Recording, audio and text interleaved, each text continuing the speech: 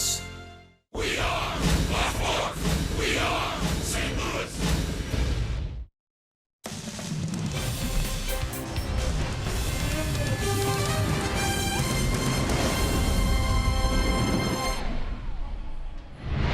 This is St. Louis Cardinals baseball.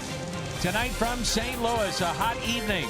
The Atlanta Braves are in town. It's game number 1 of a 3-game series, the Atlanta Braves and the St. Louis Cardinals.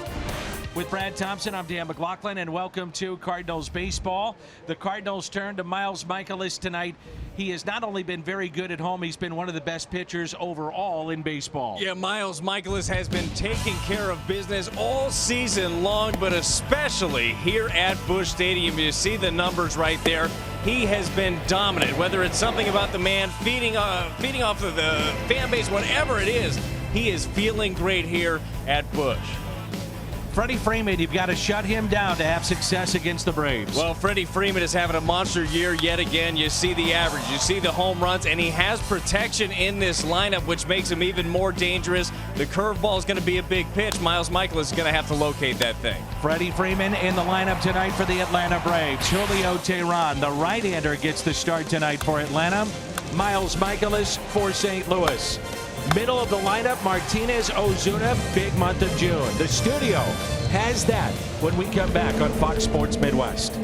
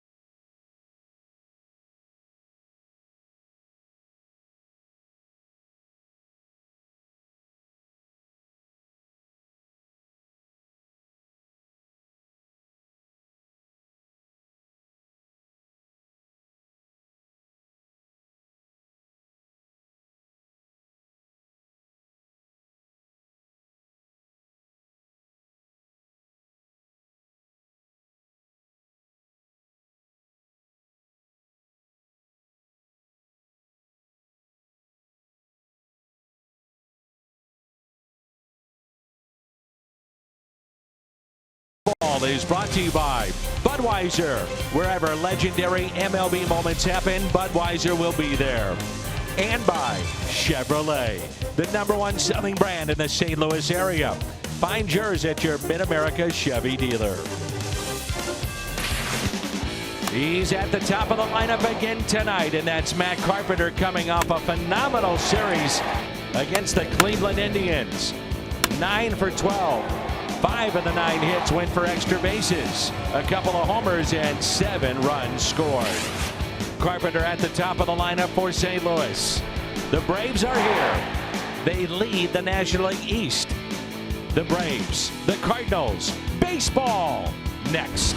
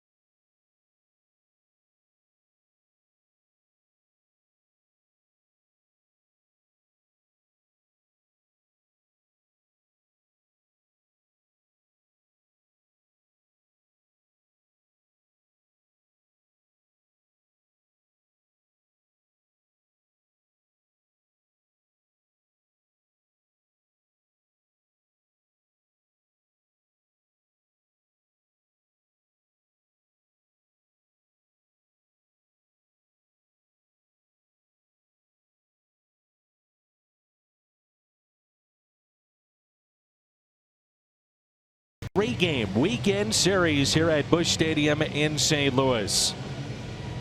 It is a hot, and I mean a hot, muggy night here in the Midwest.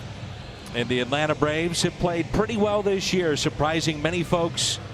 They are 2 games ahead in the NL East of Philadelphia. Washington 4 games back. Meanwhile, for the Cardinals, they start 4.5 games back of Milwaukee and 2 back of Chicago. Miles Mikolas will get the start tonight. And Mikolas has had a all-star campaign this far. He earned the win in Milwaukee over the past weekend, his last start. He allowed just 3 hits. Held the Brewers to 2 runs over 6 2/3. This guy, Brad Thompson, has been a lot of fun to watch. He really has, and I know a lot of people didn't know what to expect out of Miles Mikolas when he was signed out of Japan, but he has been nothing but fun to watch. He's been dominating. He mixes in all of his pitches, and he's just out there in control. You'll see it today. He pounds the strike zone. He gets ahead, and you see he uses a little bit of everything to do so with that arsenal. There's a look at Brian Snitker, who's been in the organization for a long time. He was a player back in the late 70s, became a manager in the minor leagues from 1982 through to 2016, and now in his 3rd season at the helm of the big league club. Well, it seems like the organization has really responded under Brian Snitker. They've been very good. They've got better and better. A look at their lineup. Ender Inciarte, 21 steals this year. He's at the top.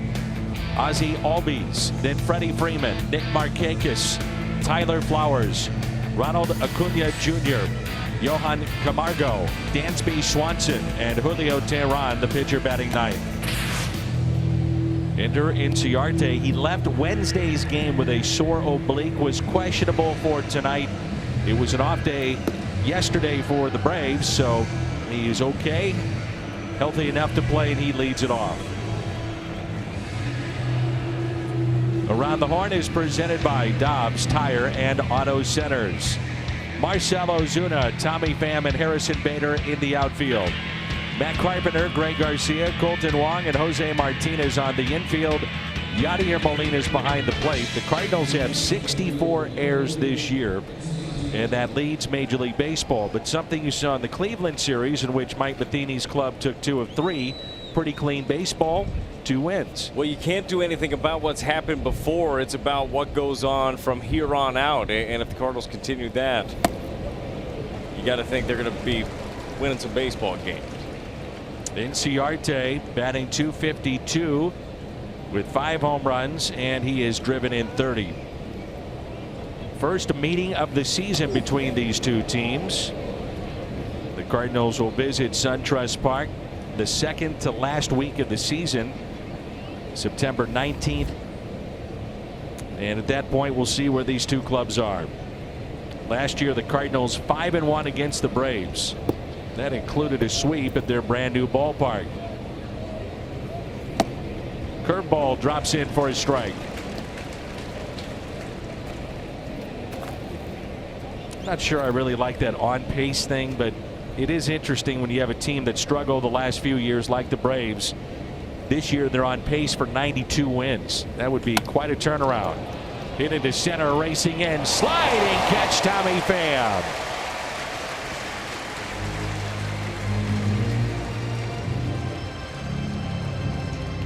Let's turn to Brad Thompson's Toyota keys to the game. Well, feed off of aggression for Miles Mikolas. The Atlanta Braves are up there to swing it, with a couple of exceptions, but they are up there trying to do damage early on. If he executes down in the zone, he can get some outs quickly. And don't hurt yourself. Dan, you mentioned the errors already for the Cardinals. On the flip side, the Braves play some pretty clean baseball. This could be a tight one. The little things will matter a lot.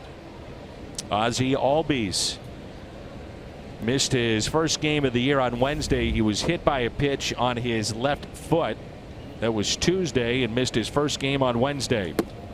And it's 2 balls and no strikes. He actually leads their club in home runs with 17. He's got a ton of extra base hits as well. He does damage. He puts the balls in the gap. He uses his legs well, and he can play great defense. I mean, he is an exciting player to watch. And he's only 20. That's popped up. Greg Garcia on the outfield grass puts it away for the out. You have 3 left-handed batters at least here in the first inning. If Freeman gets aboard, then number 4 in a row. Right-handed batters this year against Miles Mikolas, they're hitting .162. That's the average. The on-base percentage from the right side is .208. You have to go all the way back to 1989. They have a Cardinals starter that's been tougher against right-handed batters, and that was Jose De Leon.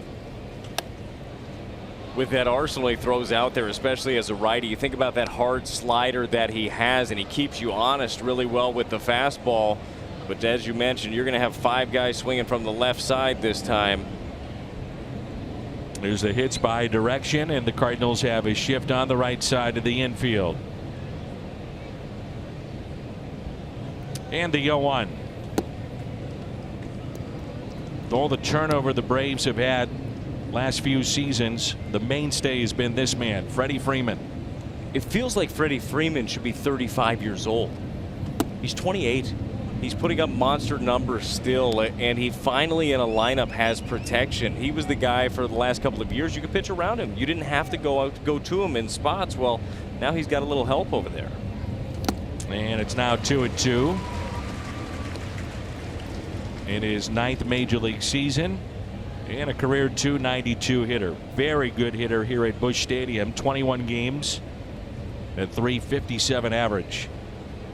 The 2-2 pitch by Mikolas. Fought off in a foul ball. It's odd looking down at that third base box and not seeing Terry Pendleton, longtime coach for the Atlanta Braves, now working in their front office. I'm not sure that Ron Washington has good memories about St. Louis. He was the manager of the Rangers in 2011. As Ron Washington will say, that's how baseball goes. it happens. But yeah, no, I would assume he doesn't love coming here. No. Highly respected baseball man.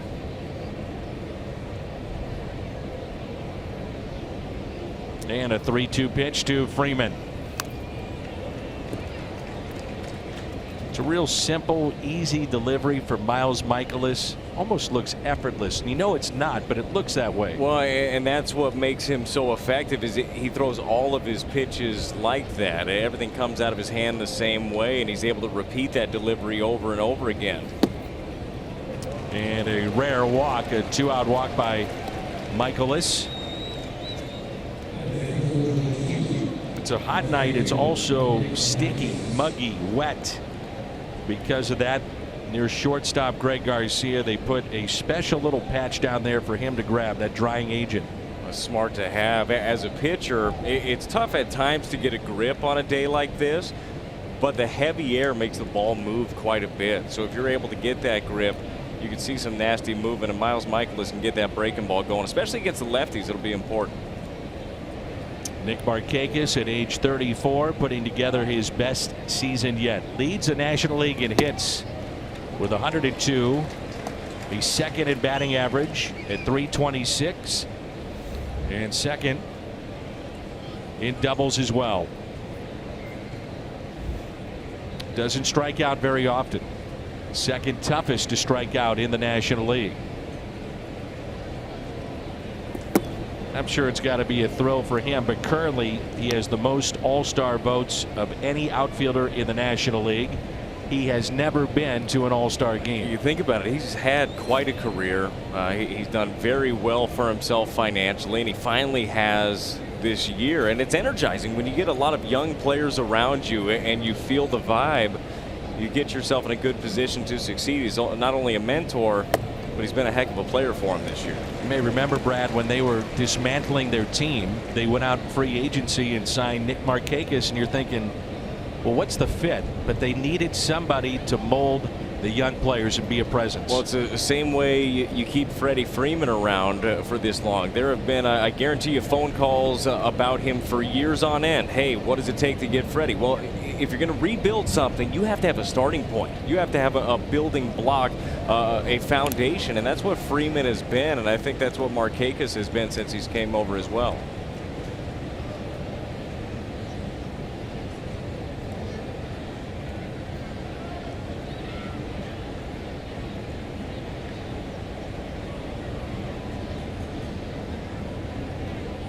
And the 1-2 pitch to Nick Markakis. Lined, and a nice play by Colton Wong. Hard hit ball, but into the glove of Colton Wong, and the Cardinals coming up in the home half of the first.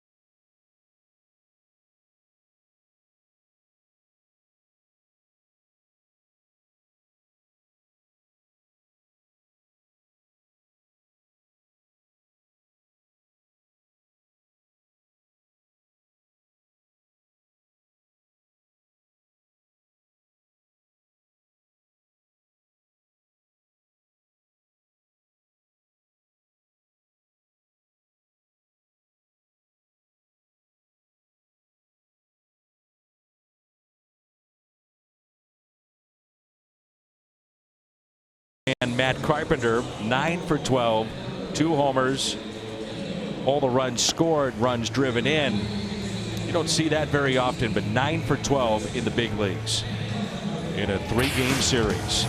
Garcia to follow, then Jose Martinez leads the club in average and RBI. Marcell Ozuna, Yadier Molina, Tommy Pham, Colton Wong, Harrison Bader, and Miles Michaelis. It is crazy in his career as a leadoff man. A .291 average, .391 the on-base percentage. This year, .292. So, I mean, he's right where he's supposed to be in his career as you get a look at the numbers for Julio Teheran. Well, sometimes the why doesn't matter. I think that's been kicked around a lot. Why doesn't he do this other places? Who cares? Just put him there. Let him do what he's done his entire career, because he really is one of the best leadoff hitters, not only right now, but you look at the numbers. I mean, one of the best leadoff hitters all time with those numbers. And the average now has jumped to .260. You had to wonder if Matt Carpenter at any point this year was going to see .230 or .240. Well, last time you and I did a game together was in Pittsburgh, and he had just got over that 200 mark, and you could feel that it was trending in the right direction. And credit to Matt Carpenter. You know, he's relentless. He never stops working. He never stops believing that it's going to happen, and it pays off. That relentless approach does pay off. Remember that base hit that got him over 200? You said that's it. He will not be below 200 this year. There's a strike by Teheran, and it's 2-1. Julio was beaten up in his last start. 7 runs, 4 2/3 against the Orioles. His previous start, though, was 6 scoreless. He's really been up and down this year and in his career. Yeah, that is the story of his career. We did spend a little time talking about Markakis and Freeman being the building blocks. Well, Julio Teheran is another guy that they fielded plenty of phone calls on, and they hadn't moved him because they needed somebody to anchor the rotation. You look at his overall numbers, and as you said, I mean, they're very good. But you see the stuff that he has, and maybe they could be better, but he has been a good anchor for this rotation. Works on the first base side of the rubber. And the 2-2.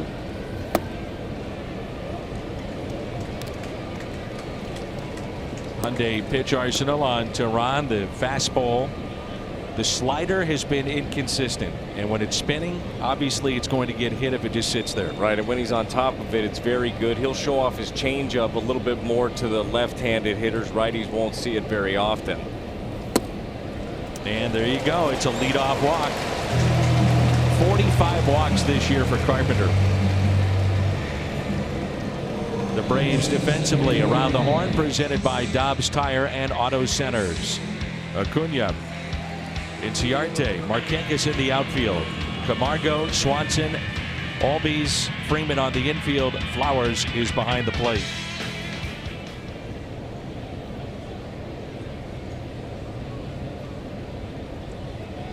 Here's Greg Garcia hitting .258, couple of home runs, and he's driven in 10. Camargo, the third baseman, playing in on the grass. Just to give you an idea of the inconsistencies of Julio Teheran, he's had 3 games pitching through the 7th. He's had 3 games in which he's unable to get an out in the 5th. Just not consistent. Yeah, and it's difficult at times to make adjustments on the fly. So those games where he's not getting deep into it, maybe it's the slider that's up there spinning, or maybe fastball, he's not able to locate it over and over again. But the ones that are truly great, and I believe Julio Teheran is very, very good, they're the ones that make adjustments in game. They're able to get out of that funk and be able to execute with it. You're not always going to have your best stuff out there, but you got to be able to battle without it. Now, hopefully today is one of those days where things aren't feeling great for him. With the ups and downs you were talking about, maybe he's due for one of those. And a pitch in the dirt, 2 balls and 1 strike. On deck, Jose Martinez. Teheran, not much success against the Cardinals in his career, 1-3. This being his 6th start. He's gone an average of 5 2/3 in those games. Has not had a lot of run support when pitching against the Cardinals.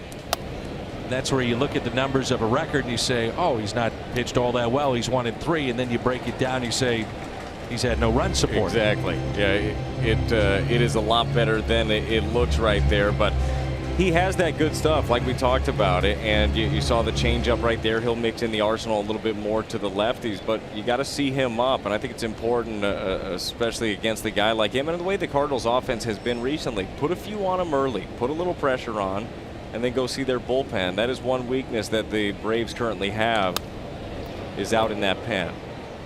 Well, the Braves have dropped 5 of 7. The starters' ERA over 5, and they're averaging just 5 1/3 in those 7 games. But yet the bullpen, you're right, has been a trouble spot now for better than a month.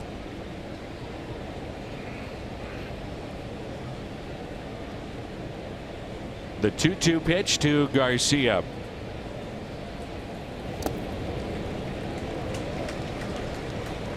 Now, if you're Mike Matheny, are you thinking about Greg Garcia doesn't strike out all that much? Do you want to start the runner? Well, you've got a very good chance to move him around here. Julio Teheran is very slow to the plate. Guys get a good jump on him. Greg does handle the bat well. You can find yourself first to third pretty easily. A short lead at first by Carpenter.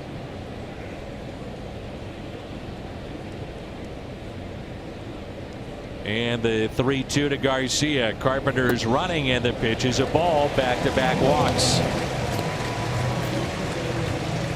Well, with the breaking pitch on 3-2, and now asking for trouble with Jose Martinez. Jose Martinez against the Cleveland Indians and Corey Kluber. That was game 2, and the knockout blow, a 3-run homer. He's got 12 of those this year. You think about Martinez and Ozuna back-to-back in the month of June at home. Jose Martinez hitting .429, Ozuna .421.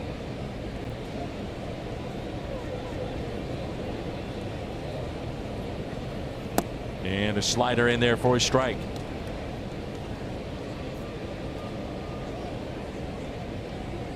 Numbers not that far away from Freddie Freeman for Jose Martinez. I'm not sure too many people expected that to be the case. Jose Martinez has done nothing but hit since he got to the big leagues. Not just this year, but since he showed up here, and he did in the minor leagues as well. It's no surprise anymore. Now it's become an expectation. It's wherever the ball is pitched, he drives it that way. You see those numbers. I mean, that's an impressive year that Jose Martinez is having. Freddie Freeman is dominating the voting, but Jose Martinez is very deserving. Runners at first and second. A count of 1 ball and 1 strike on Martinez. Big gap in left center. I'm not sure where you play Martinez, and I'm not sure where you'd pitch him because he sprays the ball everywhere. Yeah, I think you have to play him straight up, and you hope that you're able to get some weak contact, and they've got a bunch of athletes on the field. The Braves do. Got a lot of guys that can cover some ground, so straight up is a decent way to play him. Shade him a little bit in the outfield currently, but it is hard to not get solid contact against Martinez. He just barrels everything. Here's a 1-2 pitch.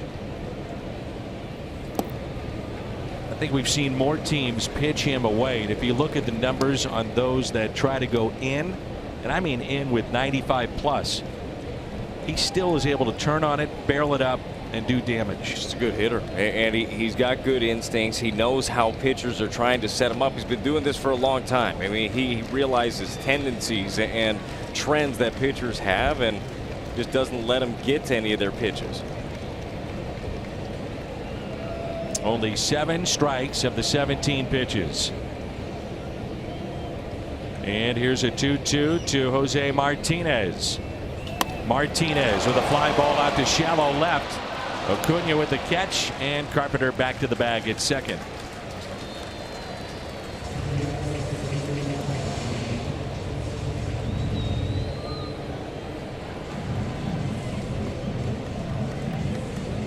Here's Marcell Ozuna. He's hit in 10 straight here at Busch Stadium, and he's had good numbers and a pretty extensive history between these two from the National League East when Ozuna was with the Marlins.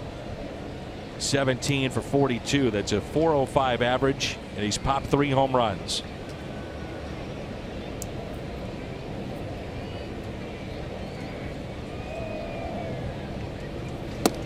And a strike.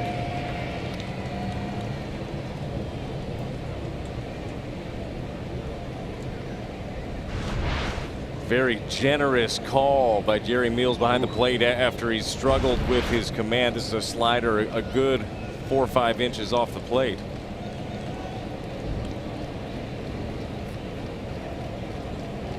Go right back there if you're Tehran, and they do. Problem is, he's had trouble repeating pitches over and over again. I mean, that was one thing that you'd watch back in the day. A guy like Greg Maddux, Glavine Smoltz, all those guys, the Braves, they'd get that pitch the first time, then they'd see how much further they could go away and away and away until they weren't getting it anymore. It's a little bit tougher when we got that little box up there and everybody knows what a strike is a strike. And it's 2-1. Hitters count here. Big crowd on a hot, steamy night here in St. Louis. We're expecting big crowds all weekend long. And if you're in right field, you're still in the sun, you're still baking out there. And if you're in left field, you might get a souvenir. Yep. Little tapper to Tehran. He'll step and throw and makes the play. Runners advance to second and third.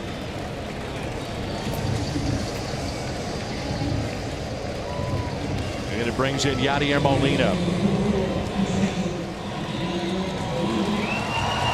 Tonight, game number 1,799 in the career of Yadier Molina. When he gets to number 1,800, he'll be just the 5th Cardinal to play in 1,800 games in franchise history. Number 1 on the list, Stan the Man, 3,026. But he's doing it as a catcher. The thing that amazes me too is there are aspects of his game that continue to get better. That's not supposed to happen when you've played that many games. And at the demanding position in the heat of St. Louis, Stan the Man, Brock, Ozzie, Enos Slaughter, and Yadier Molina. It's incredible. It really is. But you know what? It's not shocking. I mean, you know, you're around Yadi quite a bit. You know what he puts in. You've seen the ability, as everyone watching has for years and years. And the guy is relentless. And it's popped out. And Tehran is going to get out of a first inning jam. Markakis under it. 24 pitches in the first inning, but nothing to show for it for the Cardinals.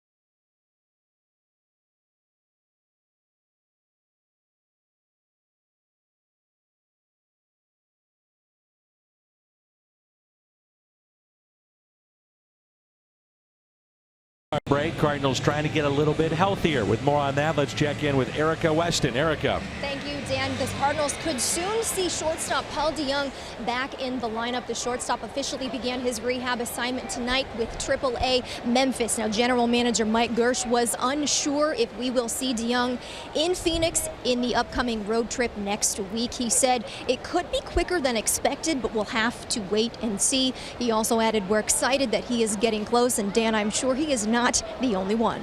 Absolutely. And talking with Paul the other day, at least initially the idea was a couple of 7-inning games that he would play in, just 7 innings, just to get his legs back in the feel of baseball. This is Tyler Flowers at the plate, and then Paul told me probably an off day, then back-to-back 9-inning games, and then at that point reevaluate where he's at. But you get the idea. It's sooner rather than later. Yeah, it's getting back into baseball shape again, which can go away pretty quickly when you're playing, and there will be timing issues. You'd have to assume when he comes back. You hope not. He just jumps right back into things. But it'd be great to get him back because you can see things trending in the right direction. Matt Carpenter has got it going now. We talked about Martinez, Ozuna already. Tommy Pham you expect to get going again, and Mike Matheny's going to have his whole squad back here soon. A lot of bullpen guys heading out on rehab as well. A lot of good things happening for the Cardinals. Here's a 1-2 pitch to Flowers, and that's popped foul and out of play. Flowers a number of seasons with the White Sox and has found a home here with the Atlanta Braves. Braves starting tonight, real tough stretch of games for them. They begin a 10-game, 10-day road trip. 3 here with the Cardinals, 3 at the Yankees, and then wrap it up 4 in Milwaukee. So real tough stretch of baseball. Both these teams are being challenged here before the All-Star break. Got a lot of good clubs, and that's where you separate yourself. You can't do anything about the season that's happened before. I know the Cardinals can look back at a couple of series and wish they had a few back, but it's about taking care of business right now. 2-2 off of Michaelis. And a base hit. I'm not sure if he got that with his bare hand or not. I think he did. Reactions take over right there. You stick that right hand out. You know Greg Garcia is back there, but you're not thinking about that through the process right here. And Miles Michaelis gets him to bite on this slider away. And you know better. As soon as you're doing it, you know this is stupid. What am I doing? But you can't stop yourself. Can't do it. No. And if you do make the play, it looks really cool.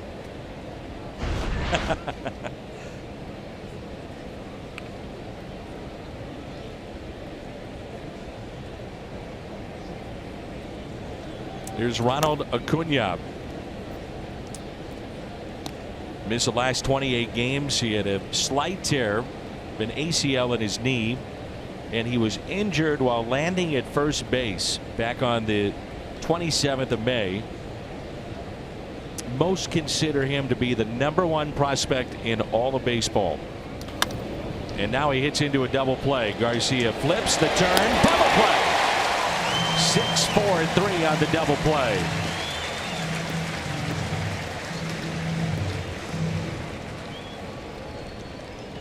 You get a young guy up there in Acuna. He just spent all that time on the DL. Like you said, you know he's going to be aggressive. And Michaelis executes a very nice pitch right there. Nice turn by Colton Wong. Johan Camargo, a switch hitter, their third baseman, batting .243. Be interesting to see what the Braves do at the trade deadline. There's some that believe that maybe you go out and get a corner infielder, not at first, but certainly at third base. Is Camargo a guy that you want there every day? And do they have enough for an entire 6-month run? Oh, it's a great question because a lot like the Brewers last year, the Braves are arriving a little early. Backing up a bit, Garcia, the stretch by Martinez. Off the bat of Acuna. As Miles let that one go. Double play. Teammates at Hawaii now in the big leagues. Garcia and Wong.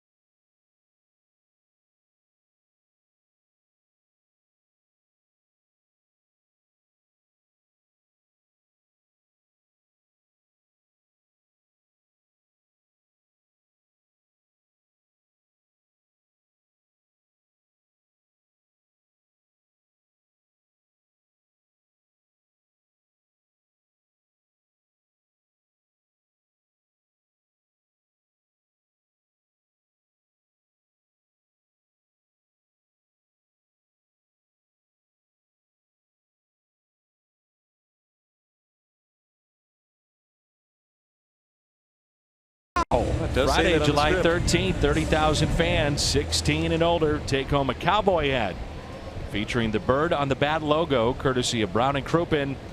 And that's July 13th, the Cardinals and Reds. Tickets at cardinals.com/promotions. Be honest right now. Yeah. You have a cowboy hat, do you Yes, not? I do. You have more than one? No, just one. Okay. It's an all occasion. You have the boots to match. I do not have the boots to match. I do have the cowboy hat. Which Do you have a bolo tie? No, no. You should get one of those. Got a big old belt buckle. You a chaps guy or no? Depends what kind you're talking about. Here's an 0-1. Whatever's comfortable. It's hot out today, so Yeah, I really, think there's- breathable. Yeah, I would go with breathable. That's one you probably consider. Here's a 1-1. Tommy Pham at the plate. Oh, for his last 24, he said he was trying to fix a mechanical flaw with his swing. He was very frustrated the other night after the game, talking with the assembled media. He says, I know what I'm doing wrong. I just can't fix it. But I'm trying. There is no question he's trying. He works like crazy. Yes, he does. And at times, I mean, Tommy is just one of those guys where there's no sitting around, there's no thinking about it. You got to have an action to make yourself, feel like you're working towards it. Sometimes you can work too hard. I mean, that's a thing. And Pham hits it out to right. Marquette is back and makes the catch. I think that's a great sign. Right there, him driving the ball to the right side. What's Tommy Pham been doing recently? Well, it's been ground balls to the left side. It's been a lot of rolling over on pitches away. Where you see Tommy Pham right here stay back and drive something, let that ball travel. I know it's a fly ball to right field, but the ball's moving in the right direction.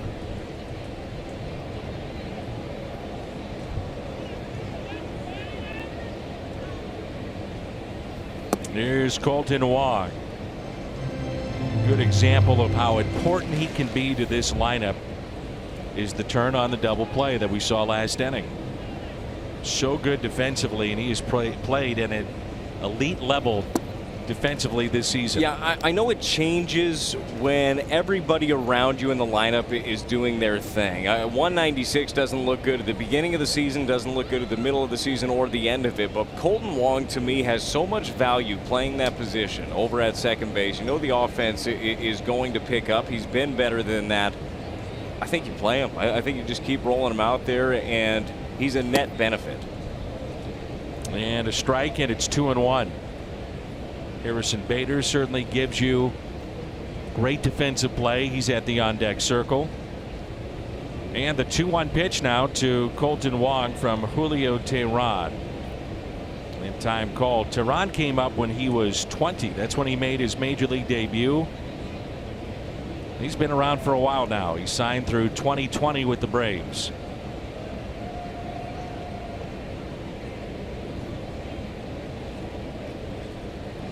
Seems like Teheran and Flowers just cannot get on the same page. Well, Happened tough. a bit in the first inning too. It's tough because as a pitcher, you know what you have a feel for. Flowers is trying to figure out what he sees, what he thinks is coming out of your hand well, and at times it's difficult to get there on that same page. You see him execute one down in the zone right here. A nice changeup by Julio Teheran.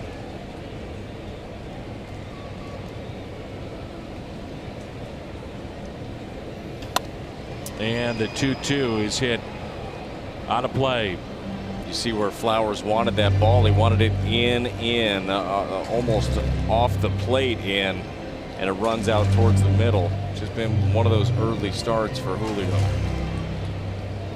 Let's see Flowers with the fingernail polish. The 2-2. Full count. Teheran walked a pair back in the first inning and then got the next three. Pham started this inning with a line out, and now it's a 3-2 coming to Wong.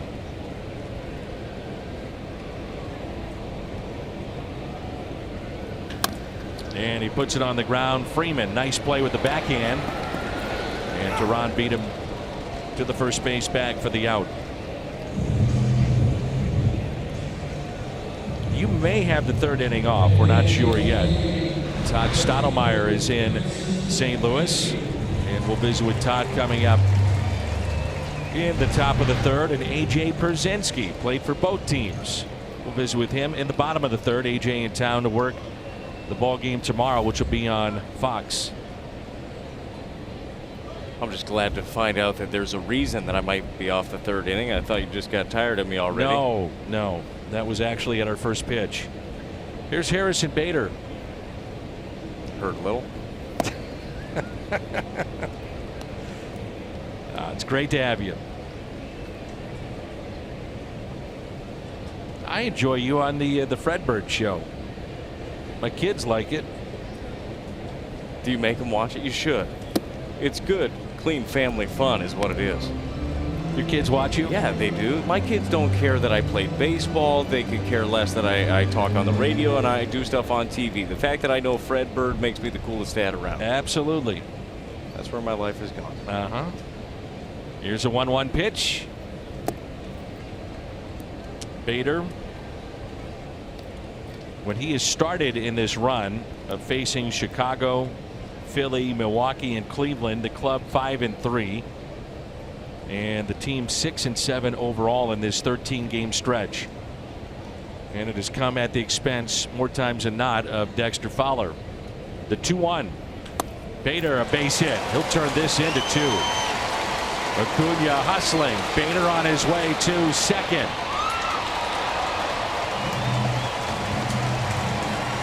And a 2-out double.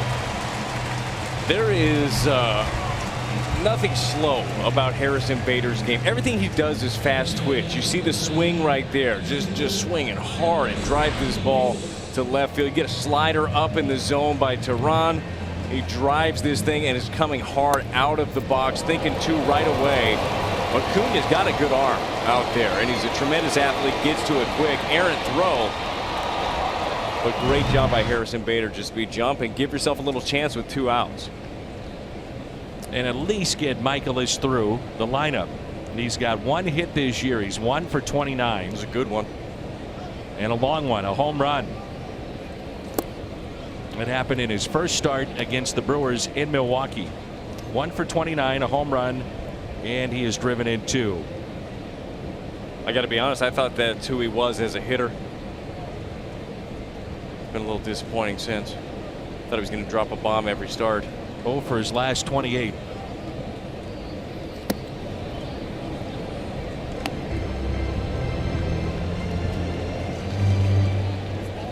Like I said, at least you get him through the lineup. That's right.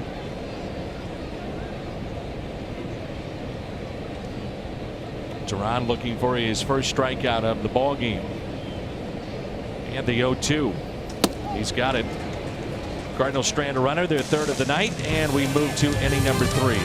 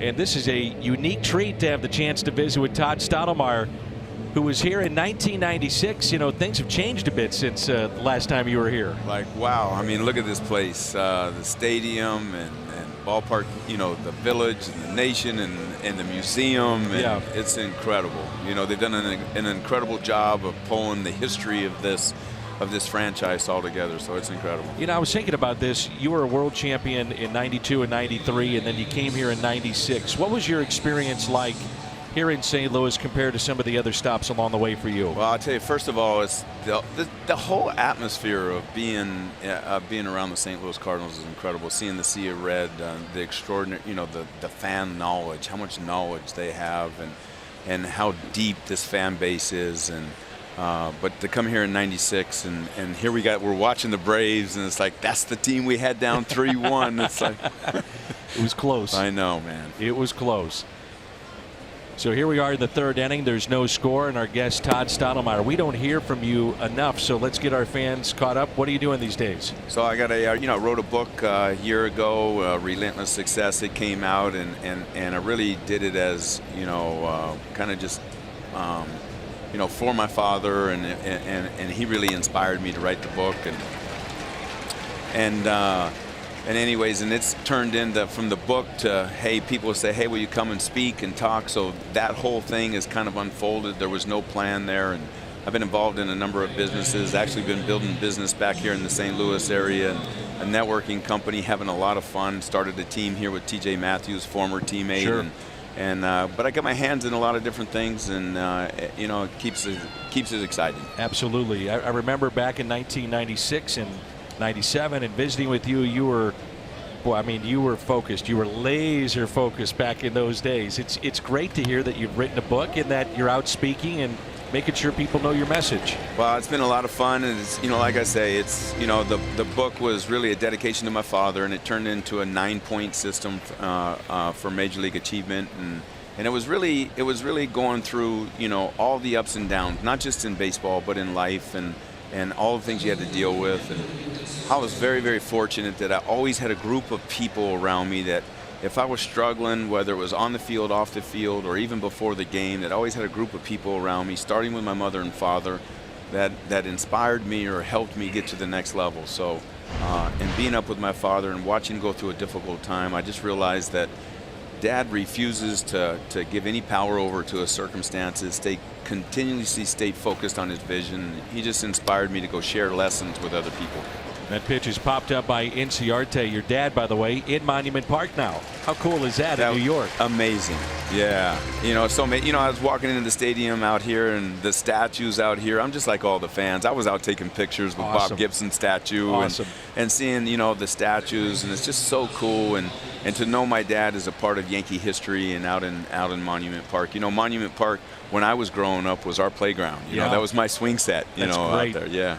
For well, sure. I think back in '96, that's when this franchise really started to turn. The Cardinals went out and got Ron Gant, Todd Stottlemyre, Andy Bennis, and a guy named Tony La Russa and Dave Duncan. That helped too. Yeah, well, you know, both those guys, Tony La Russa and Dave Duncan, you know, they were instrumental in my success and what I did for the rest of my career from that point forward. But, you know, I can't say enough. And, you know, I don't have any regrets about my career as I look back. But if there was one thing I could change, it would have been Game 5, you know, in this stadium with the Braves down 3-1 and being the starting pitcher and having a chance to put it away. But to have that thing slip away, if there was one ring that I would love to have, it would be a St. Louis Cardinals World Championship ring, I got to tell you. Well put. Give us the book again before we let you go. Relentless Success. Relentless Success. Todd Stottlemyre, available everywhere. Everywhere.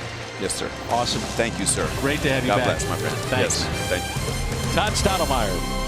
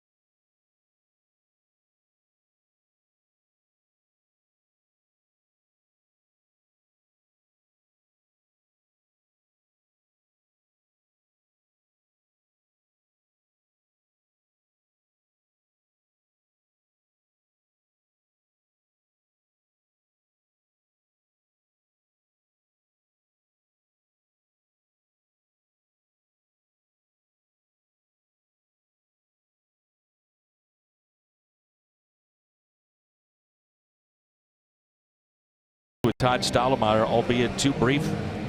But you go to toddstottlemyre.com, and Todd was telling me in the break that with his books, he signs everyone, personalizes those.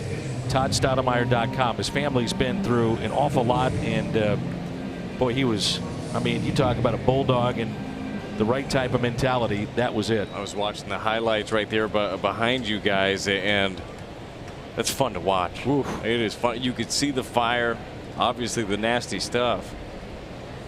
And a good guy, too. A lot of fun when he was around here. Some good teams. 96 was a very good team. They went into, as Todd mentioned, Atlanta. They had a 3-1 lead and could not close it out. Donovan Osborne was on the mound in Game 7. I'm not sure I've seen a pitcher sweat more than he did that night. That smoked out to center off the bat of Carpenter, and the catch made by Inciarte, who's a Gold Glover. Except one other player. One. Who? The great run that Esteban Yan had here in St. Louis. Esteban Yan, I've never seen a man sweat more. I got another one for you. That was his nickname, was Big Sweat. Dennis Reyes. Now that's a good call too. My man could sweat when it was freezing, like it was literally freezing. We could be in Chicago in April and he'd be beating up sweat. It was unreal. Yeah. Left-handed, I'm sure he's a little funny, like to sweat. Yeah, I guess. It was funny. I had a similar conversation. Chris Carpenter is in town, and he would sweat when he pitched. One. He'd have about 6 jerseys lined up down the hall on a summer day. And there's a fly ball lifted into center off the bat of Garcia. That'll be the second out. He was talking to me about a start that he saw Dakota Hudson have recently at AAA, where he went 8 innings, and he said he didn't even sweat. He said he got through 8 innings, and it was like a walk in the park for him. I mean, that's pretty impressive. He sang high praises of Dakota Hudson. Hudson, Daniel Ponce de Leon, and Patrick Wisdom all named to the All-Star team for the Memphis Redbirds. That was announced in the last 24 hours or so. Tyler O'Neill, by the way, had another home run yesterday, and he's homered in 3 straight, and he has 18 total this year. And again out to center, Inciarte. 5-pitch inning. See you, Brad.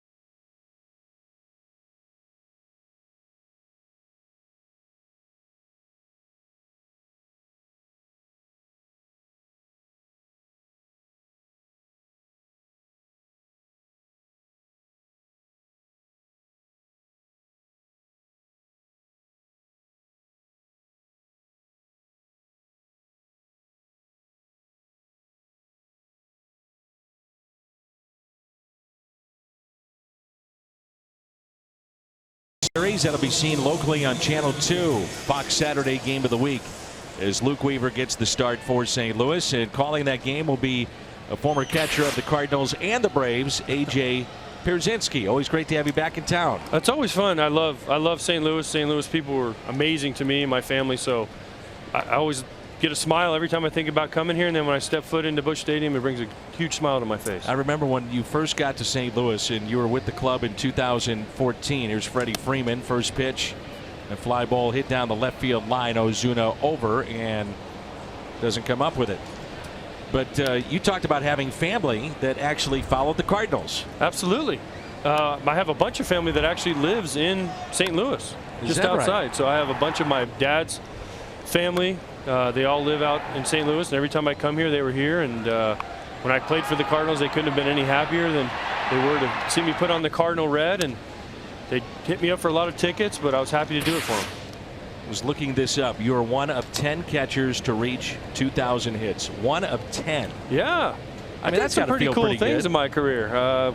Winning a World Series, getting a bunch of hits, playing a bunch of games, playing for 19 years is a long time. So baseball was the only thing I knew. So people say, what would you be if you weren't a baseball player? And I honestly never had an answer.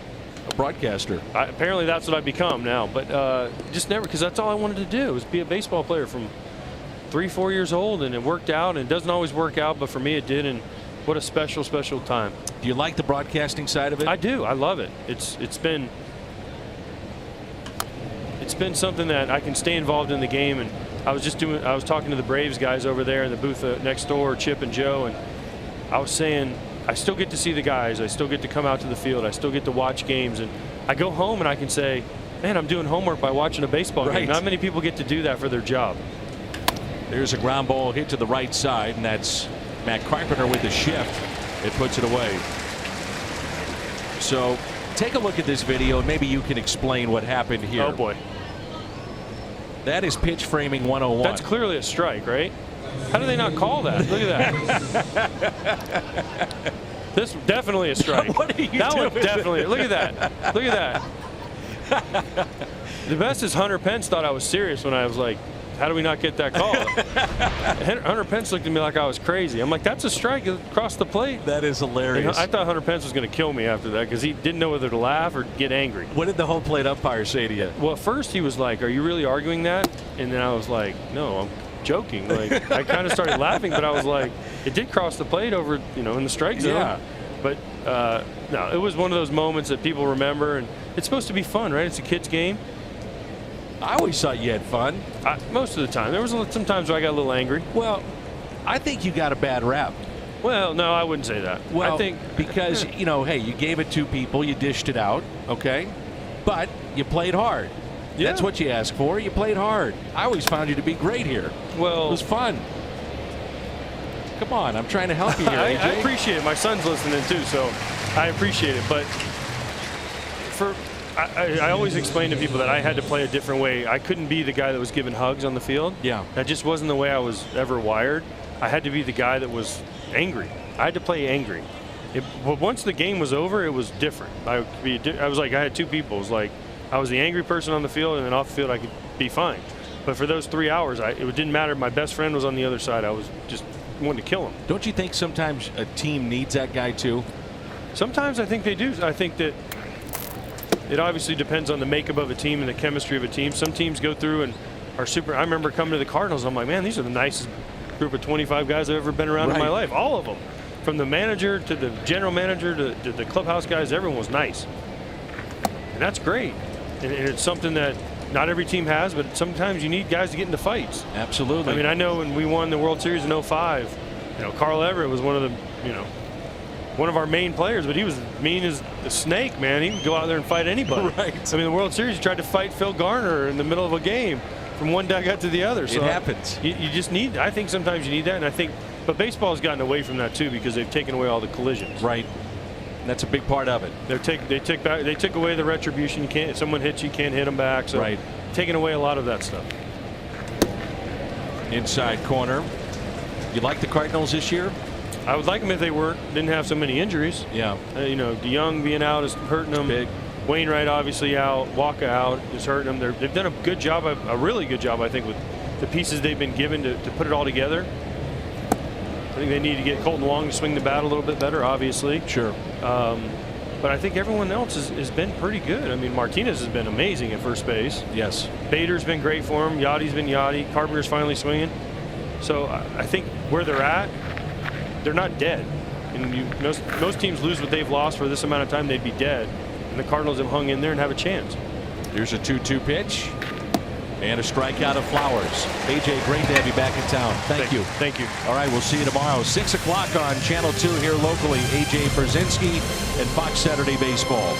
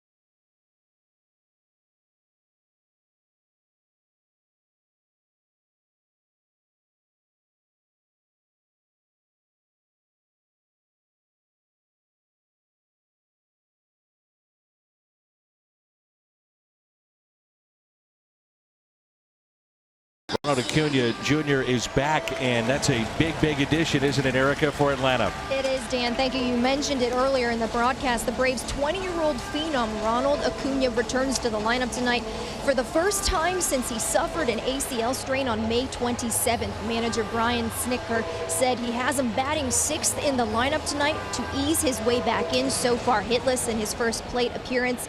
He said he watched him in his rehab assignments on his iPad and that he looked good in consecutive 9-inning appearances. Everything checked out medically for him to be reinstated. Dan.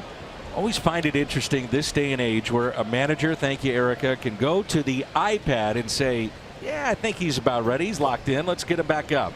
Whatever happened to being able to lie to your manager and say you felt good? Whatever happened to that? Yeah, everything's fine. No, I saw you. Actually, I was watching on my iPad, and it looked like you were a little slow out of the gate. I'll tell you what. Yeah, and I know you've seen the injury that he had over at first base. When he did it, I can't believe he's only missed a month. I mean, that looked like that was going to be devastating. He was going to be out for the year. I guess when you're young, you bounce back a little bit easier. But he is a lot of fun to watch. He was all the rage in spring training. I'm looking forward to getting a chance to see him play. Injury was similar to Bryce Harper. If you remember how he went down right about here. Oof.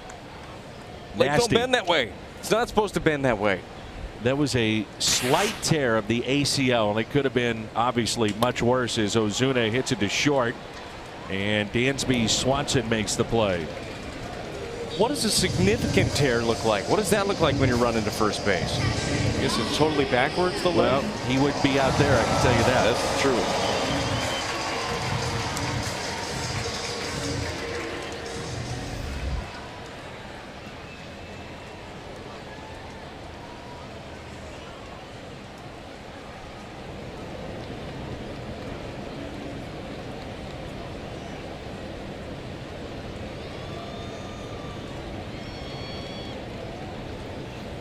And here's Yadier Molina.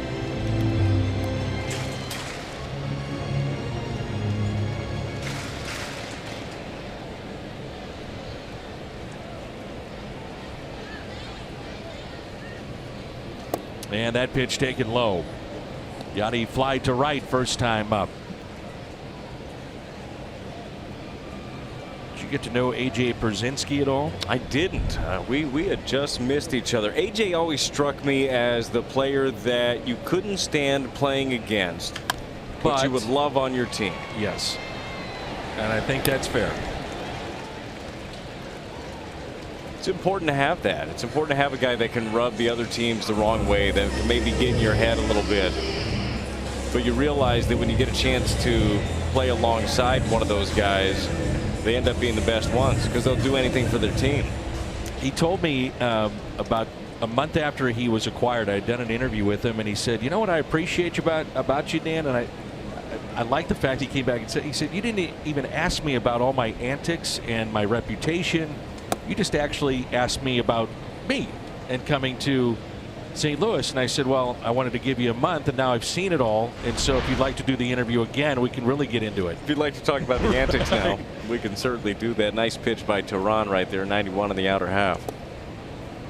He was fun. I mean, he was the kind of guy that, you know, you brought him in the clubhouse and he did shake it up, and he had the resume to back it up. Very good player.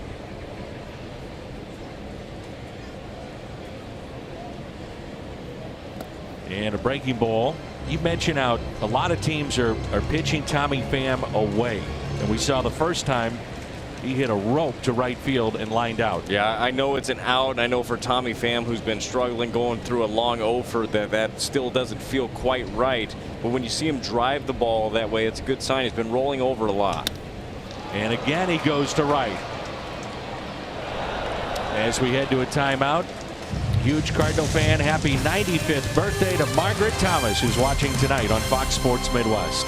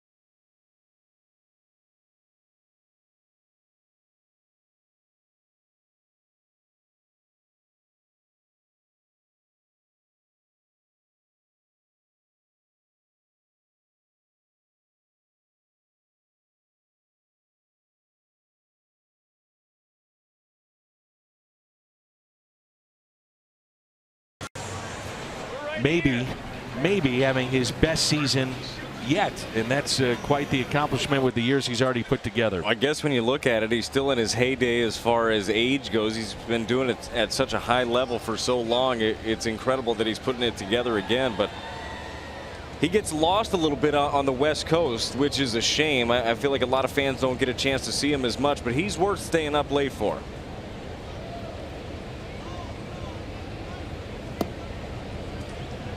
Here's Acuna. First 12 games he was hitting .320, and then his last 17 .224. And there's a big bender that drops in the Chevy Fox tracks. And a ground ball to third. And is he on the bag? Braves are going to take a look at it. He may have been off the bag.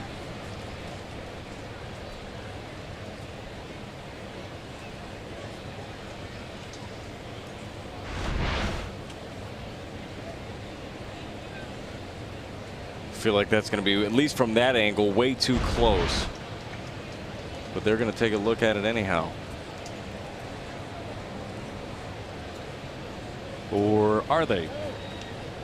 Yes, they will.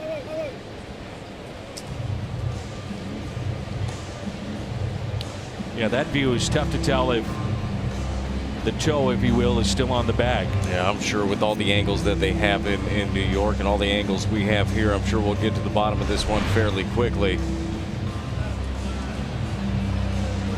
I don't know if I'm being a homer here, but I say he's out. Well, I would say just because there may not be evidence to overturn it, and then the play on the field would stand. And he is out. That didn't take much time at all, and so they used that challenge in a ball game that's tight and moving along, where you get the feeling that just one mistake could be the difference.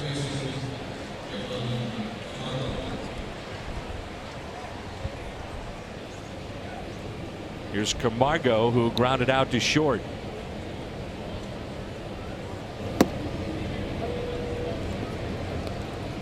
Three hits combined, 2 hit by the Braves and 1 for St. Louis, and that's been it. No score.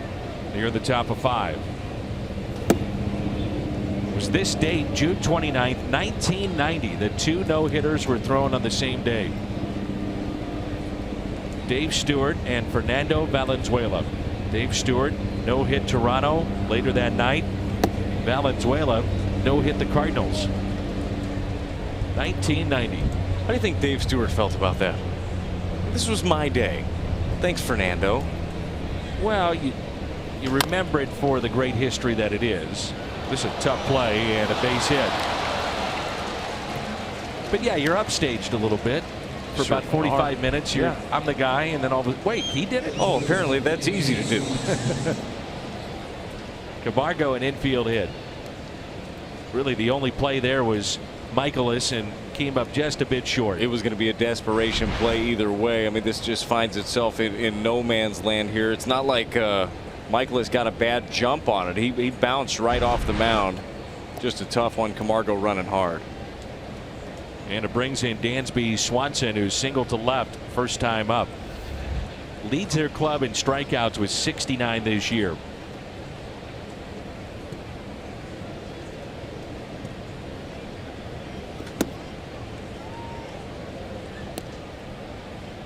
The Atlanta Braves had that run of dominance from 1991 through 2013. Think about this. They made the playoffs 17 out of 23 years. Only one of those years were they below the 500 mark. That's incredible. It really is. That's how you hope to build something sustainable. The crazy thing to me is you thought that they would rattle off 3-4 titles during that run. And the only one they got was in 1995. It was against the Indians. So they started the rebuild. Part of that was Jason Hayward coming to St. Louis, Shelby Miller going to the Atlanta Braves. Then flipping Miller after an all-star year to Arizona to pick up Dansby Swanson. And Ciarte also a part of that deal, and that has been one that's worked out quite well. Dansby Swanson came on the scene when he first got traded over, got called up, had a lot of success right off the bat, ran into some more struggles last year, got sent down for a little bit, and still working through things. Still a really young player working through things at the big league level. You mentioned the strikeouts already. Plate discipline is always going to be a thing, especially when you get to this level and everybody can execute the breaking ball in the outer half and keep getting out there further and further if you'll swing at it. But he's gotten better at shortstop. It helps having Ozzie Albies at second base, and Camargo can cover some ground over at third. But I think you're just seeing everything point in the positive direction for Dansby Swanson. He was a #1 pick in the country. Here's a 1-2. That's tough. The expectations of being a #1 pick and then going back to your home state of Georgia and playing for the team that you grew up rooting for, the Atlanta Braves. There's a lot of pressure around there. There is, and everybody, you always want to do well. You want to show up at the biggest times on the biggest stage, but when you do run into some failure and you have some struggles, it's hard. How do you get through it? And maybe it was a nice little reset for him, although I'm sure it didn't feel like it at the time of getting sent down, but it's a time to work on things. You've been around the game a long time, and you think about if you're the Braves in the front office, you send him back down, and you don't want to ruin a guy either. I mean, that's something to think about as well, is making sure that you keep everything positive in what is in many ways a negative game. No, game of failure. You need to try to, and you understand it. The more you play, the better you get at failure, I guess is the way to put it. The turn, and not in time, but they do get the lead man.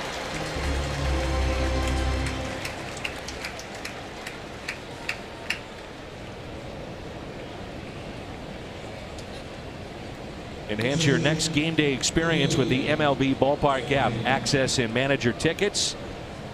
You can enjoy check-in offers, exclusive content, and much more. Download the MLB Ballpark app today.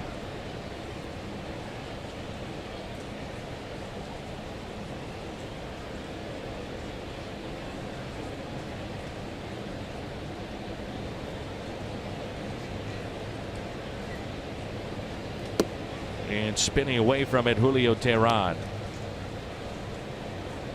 Along with Brad Thompson, I'm Dan McLaughlin. Erica Weston is here as well.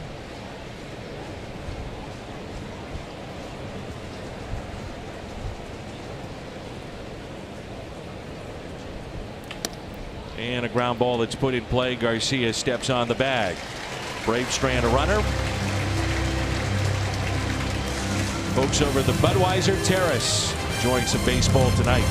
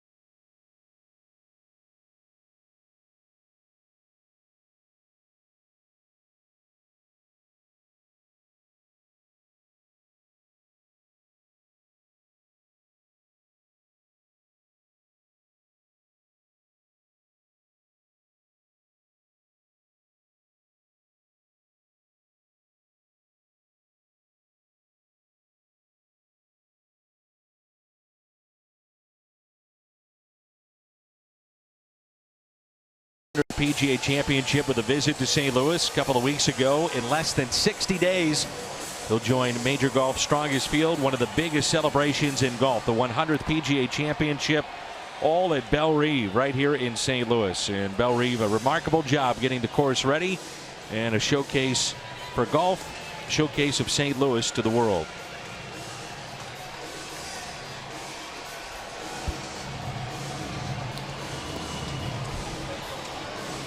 This copyrighted telecast presented by the authority of the Cardinals and may not be reproduced or retransmitted in any form. And the content descriptions of this game may not be disseminated without the express written consent of the Cardinals.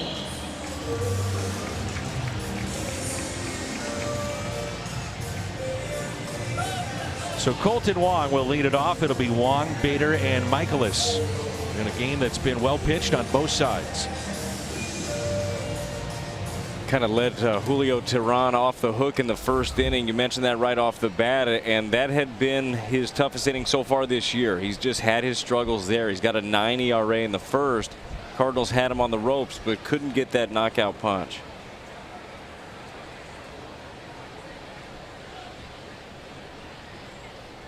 And the first pitch is strike.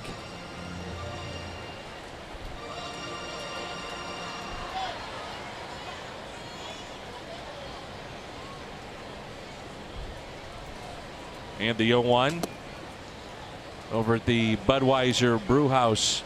Our friend Chris Raby of KMOX is hosting a terrific fundraiser tonight, and it was written about in the St. Louis Post-Dispatch in a beautiful article written by Ben Fredrickson as they're raising money for pediatric cancer. Anthony Rizzo of the Cubs has done a ton to help out kids with cancer, and Chris is a Chicago native and a friend of his.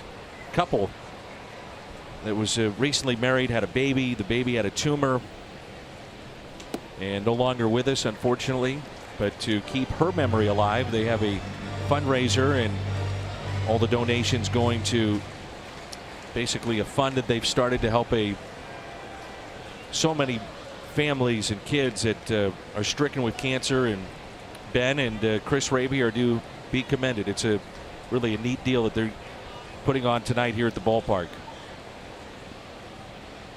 Story was gripping, written by Ben Fredrickson. Little squibber that'll roll foul. 2-2 the count on Colton Wong.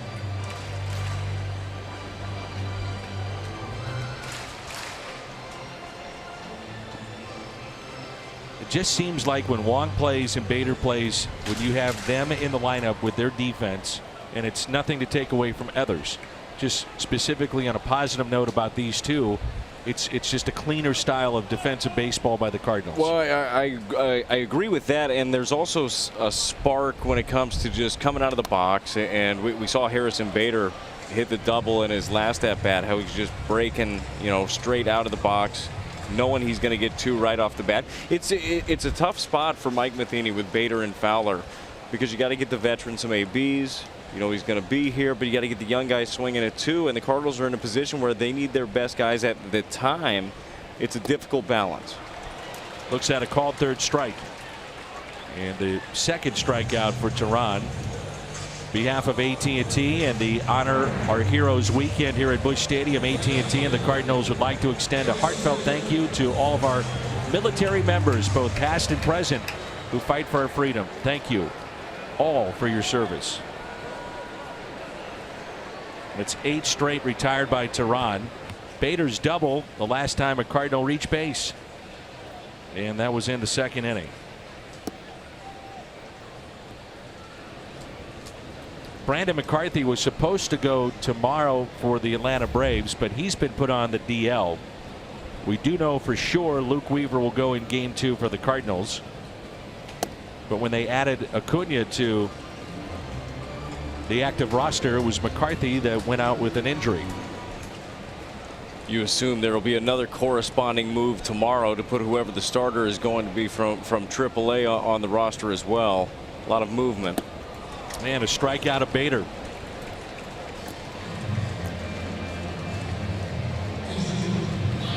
Could see Max Fried, who's a tall lefty, get that start. And here's Miles Michaelis.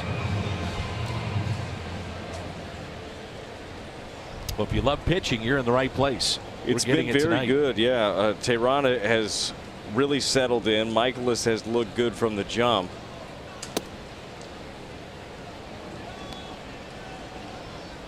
And you mentioned it earlier on the replay, the challenge, that this is going to be a tight one. This is going to be a game of who cracks first, who makes a mistake.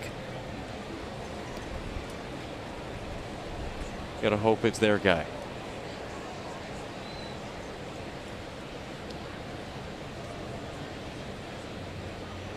And the 0-2 pitch. Michaelis strikes out, and he strikes out the side here in inning number 5. No score here at Busch Stadium.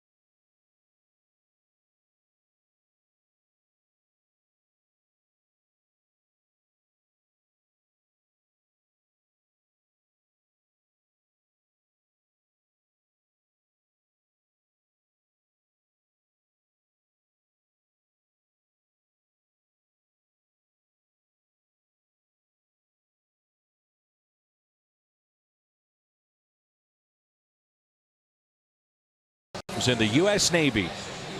We know all about the great accolades and the awards, the years, and the Hall of Fame career. One of the last times I was with Stan Musial was at his office, and they opened up a desk drawer, and they pull out an old Navy uniform. It was from the Navy All-Star game, and it still had the dirt on it.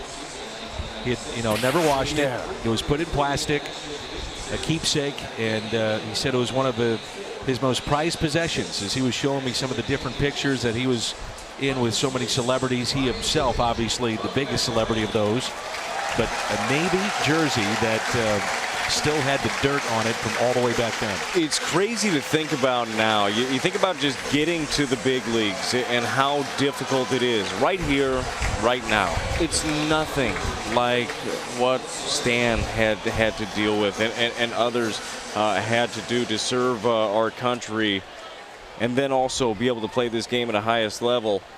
It's really incredible.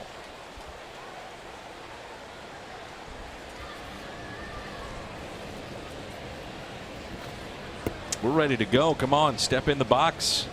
Ender Inciarte. He didn't want none. Not sure I'd want to step in against Michaelis right now. He's rolling.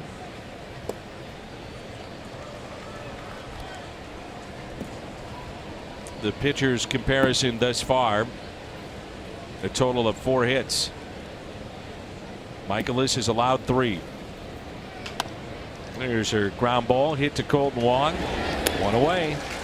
How would you describe the delivery of Miles Michaelis? Am I right when I say it's just free and it's easy and it's simple? It's efficient and it's repeatable, and those things are so important when you're out there, especially as you get later into games. And Miles has done a very good job of being a guy that can give you innings. You got to have a delivery that you can control, and that you don't have too many moving pieces that get away from you. It's fun to watch him attack. He pounds the strike zones, and he does it with everything.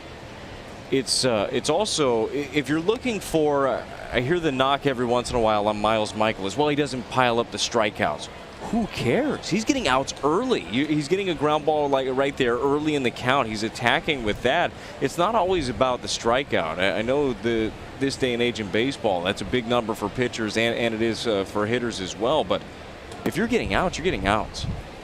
Well, and that's how you stay deep into a game, too. Absolutely. I mean, he's under 70 pitches, 67 now, and 1 out here in the top of the 6th. I'll take weak contact in a couple of pitches over a strikeout any day. Like that? That would be it. Dave Duncan must have loved you with sinker, contact, ground balls. Yeah, strikeouts weren't my thing, Dan. Here's Freddie Freeman in our Kia drive to success. And his numbers coming into play tonight here at Busch Stadium with the 4 home runs, driven in 16 in only 21 games. He's in the top 10 in the National League in batting average, runs scored, RBI, walks, doubles, on-base percentage, slugging percentage. So you get the idea. He's a threat. He's doing okay for himself this year, and I'm sure for him, this has got to be fun. He saw the pieces being built around him, and now it's all coming together. Once again, probably a year earlier maybe than they expected it to. The Brewers went through this last year where they approached the trade deadline and probably weren't ready for the fact that they might have to make a move. But here the Braves are. Well, he's in line to make his first All-Star start, and that would be his 3rd overall appearance in the Midsummer Classic. 1-2 the count. Michaelis has 1 strikeout.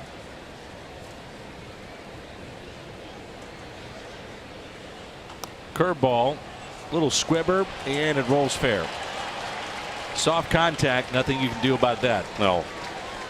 That was not his intention on that pitch. That was just a product of the shift. Another player having a great year, Nick Markakis. We talked about that this may be a career year for him. Kubota Power Stats. By the way, he has over 2,000 hits, and he's still a young man. You know, think about how many hits he may rack up before it's all said and done. Yeah, he's been doing this for a long time, and like you said, he's at his best right now. He's swinging it with confidence. He's covering the entire plate. And he's providing that protection that we talked about earlier for Freddie Freeman. He's making people pay.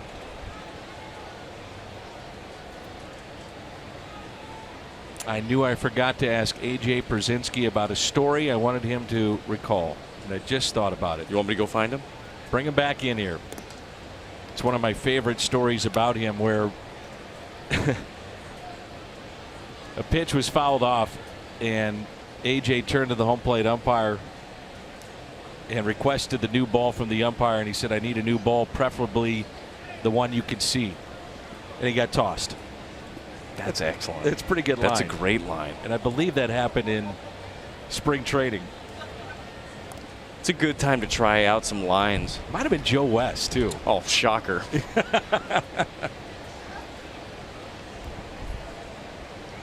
AJ was quick-witted, funny, tough, good player. So 2 outs and a runner at first base. No score.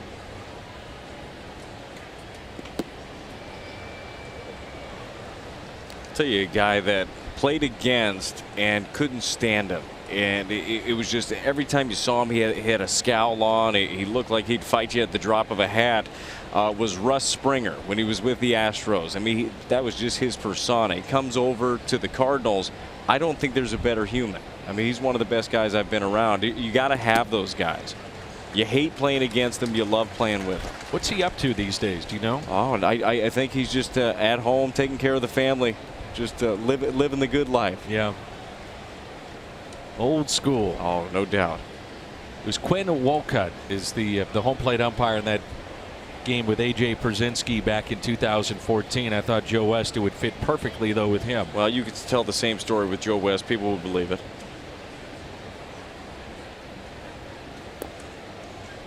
And Freeman back in safely.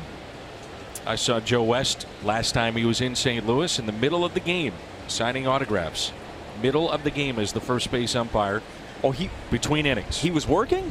That's correct. That's nice. Man of the people. It's like Angel Hernandez. You bet. Here's a 1-1. Bill Cochran, our producer tonight, says maybe we should save one of those hats coming up, those cowboy hats, for Joe West.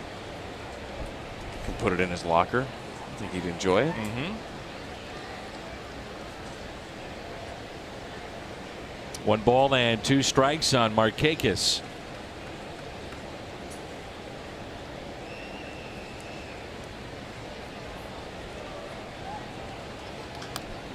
Really tied him up with that pitch. Yeah, Michael is right there trying to go upstairs, trying to elevate here. Ends up just pulling it a little bit, but keeps it out of the zone. And those ones sting a little bit. Markakis trying to walk it off.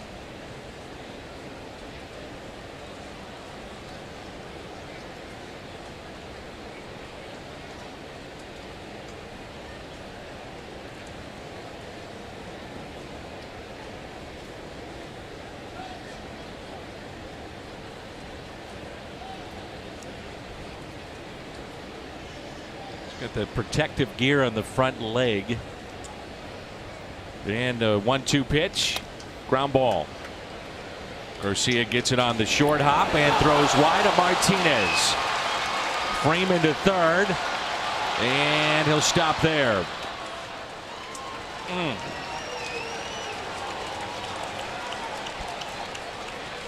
They haven't hit the ball out of the infield here in the 6th, and they've got runners at second and third.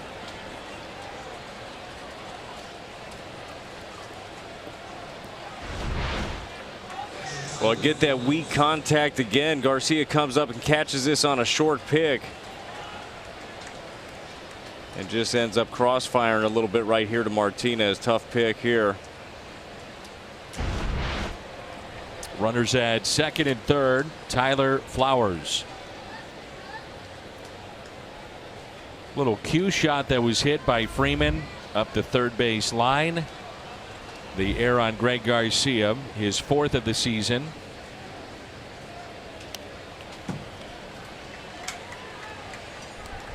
Boy, he's getting really good late action with a cutter.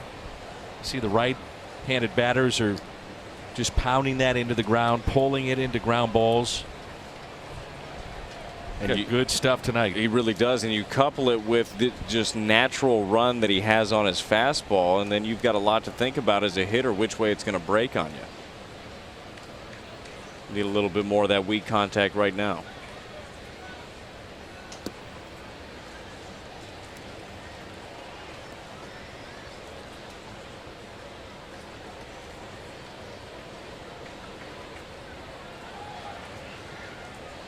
Runners at second and third.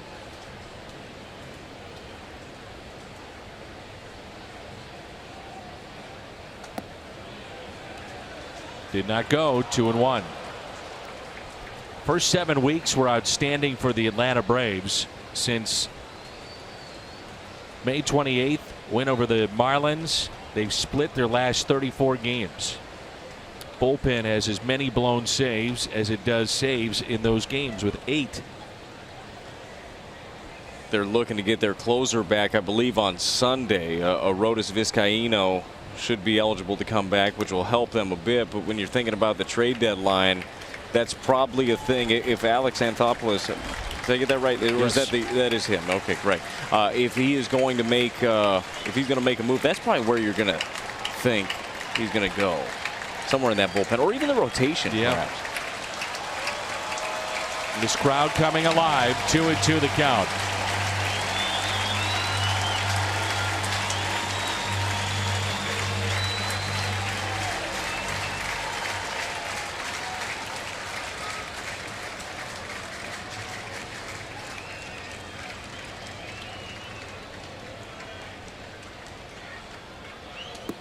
Full count.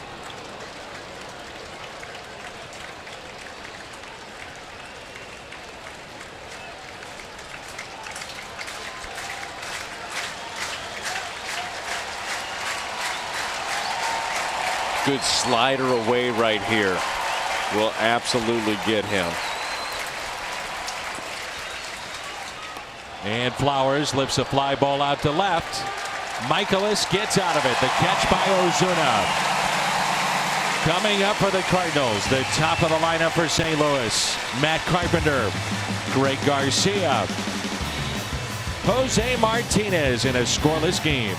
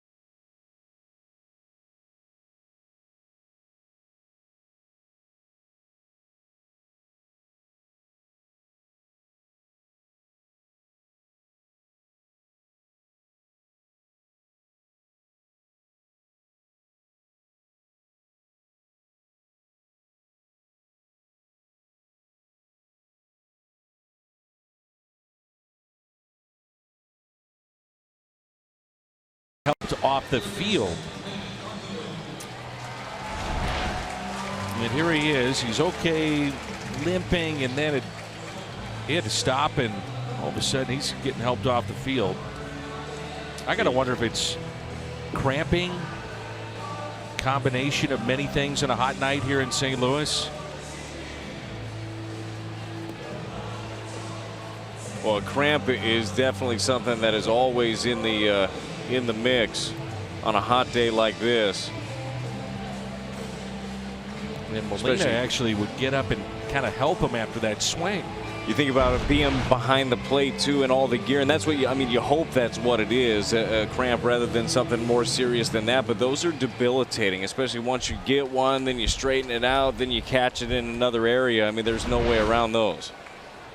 And that's what it looks like it is here.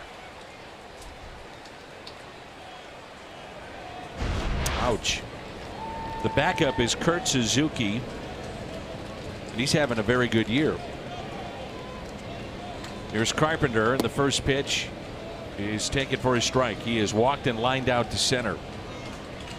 So Suzuki is the backup tonight. You can see on that left forearm, he's got basically a cheat sheet that he'll go over with the players looking at the opposition. There's a base hit, and Carpenter's aboard on an 0-1 pitch.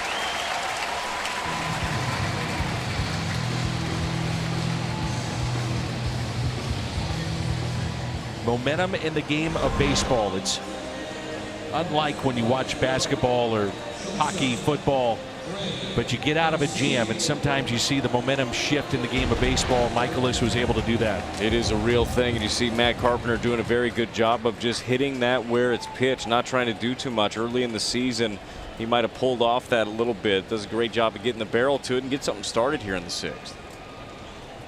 Here's Greg Garcia. Now later in the game, you think about maybe the potential of a bunt.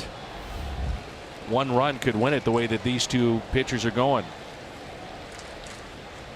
Greg Garcia handles the bat really well. You feel very comfortable asking him to do a little bit of anything.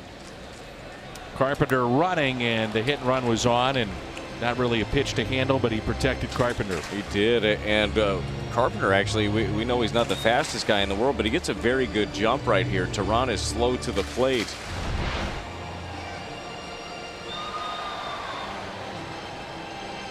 He gets moving. Good job protecting him.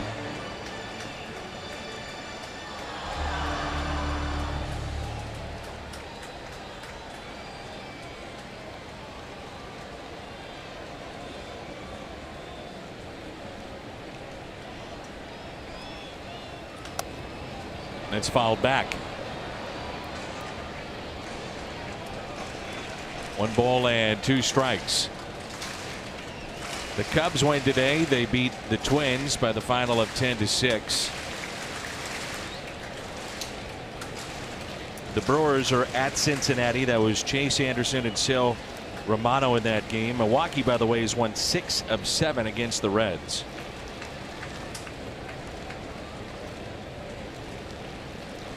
And the 1-2 upstairs, 2-2.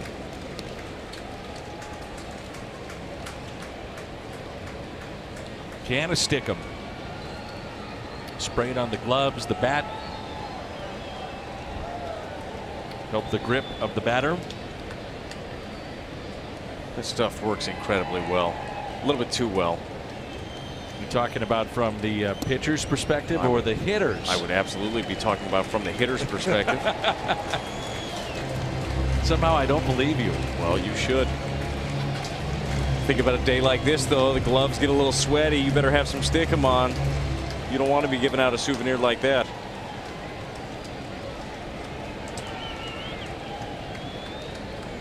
Here's a 3-2 pitch, and Carpenter back to the bag. A spot like this back in the first inning, the Cardinals started Matt Carpenter.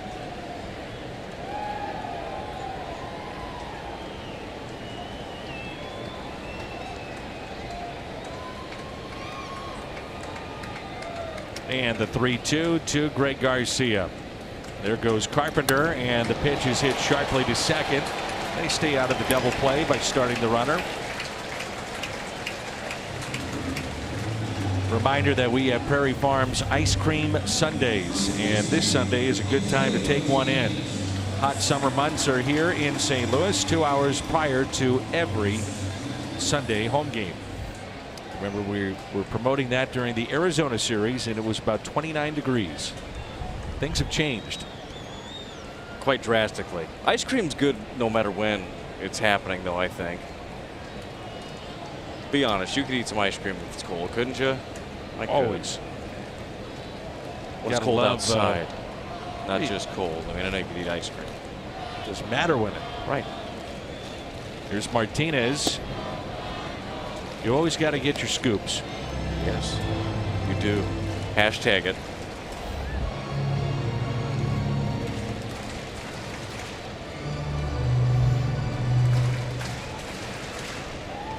Runner at second, and Martinez at the plate. He's driven in 7 in the last 4 games. 1 ball and 1 strike.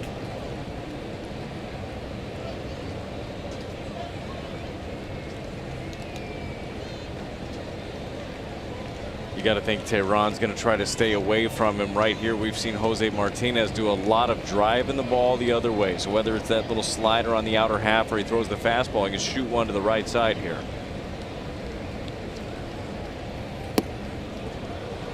One and 2.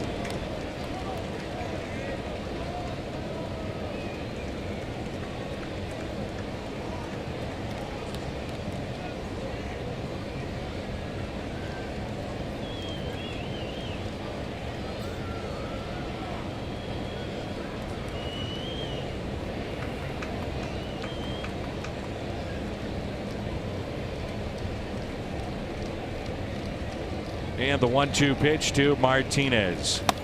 Ooh, we got a pitch to drive and hit it a mile high into shallow left center. Who wants it? Acuna with the catch. You could see Inciarte twice look over as if to say, you getting this or me?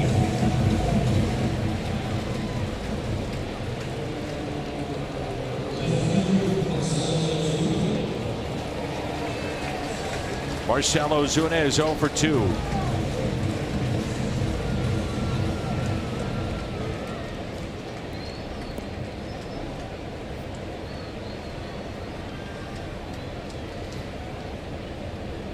Tehran at 84 pitches. Michaelis had 83 through 6.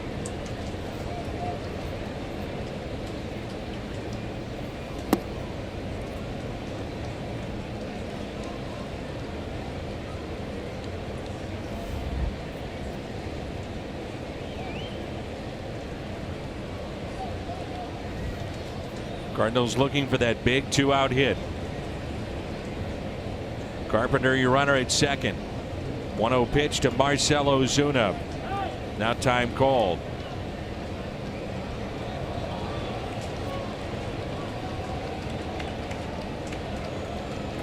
Hitless tonight, but he's hit in 6 straight and 10 straight here at Busch Stadium.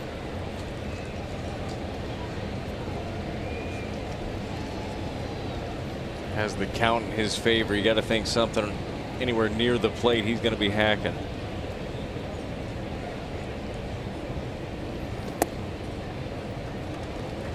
BJC Healthcare difference maker Marcell Ozuna, last 10 here at Busch. We've talked about the month of June, close to 400 overall, but last 10 here at Busch, 410. The BJC Healthcare difference maker. Here's a 2-0 pitch to Marcell Ozuna. And he went 2-1.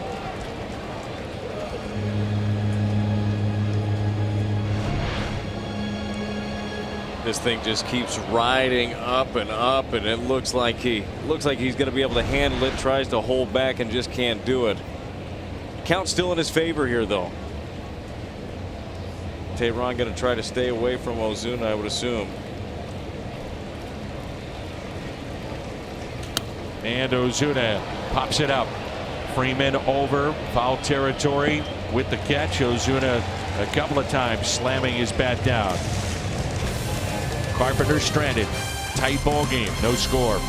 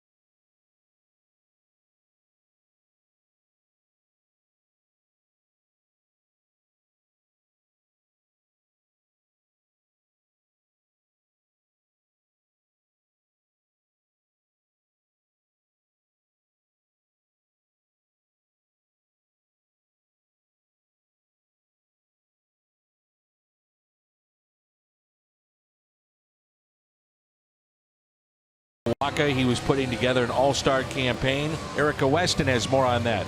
Well, Dan, the return of Michael Waka is a little bit more unclear than that of Paul DeJong. He did not receive an injection to aid in his recovery from that oblique strain. Mike Gersh said they decided it wasn't the right move.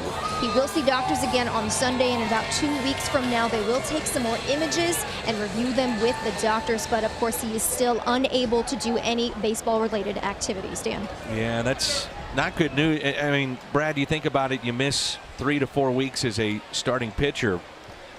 It's a lot of time to miss and try to build back up. Yeah, you do, and especially just the way he's been throwing the ball. He looked great, as good as he's looked in his career, and to be derailed by that, it's disappointing. But the Cardinals have been fortunate enough to have so many guys that can step up in this rotation, and whenever Michael Waka is physically ready to come back, I feel like this rotation will still be in a great spot.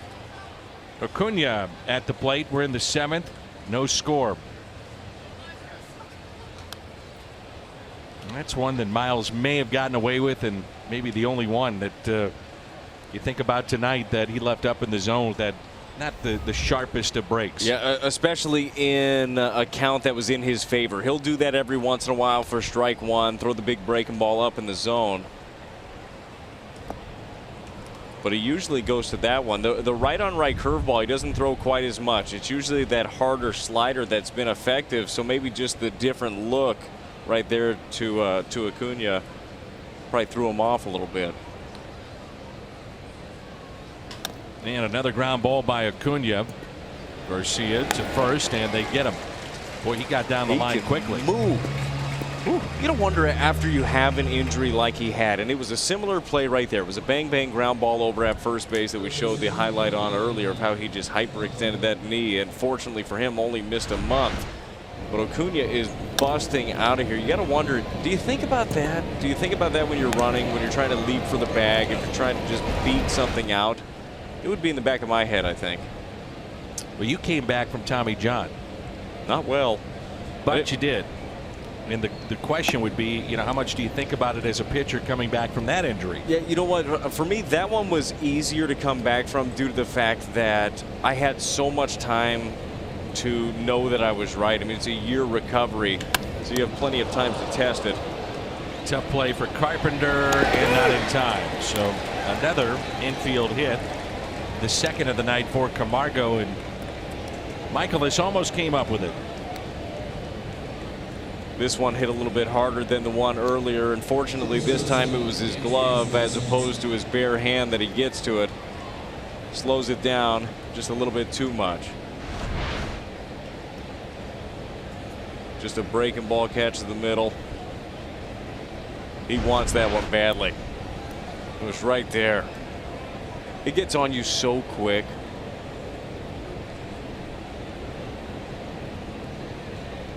Nothing a little ground ball can't fix. He's got plenty of those. And here's Dansby Swanson, who's 1 for 2.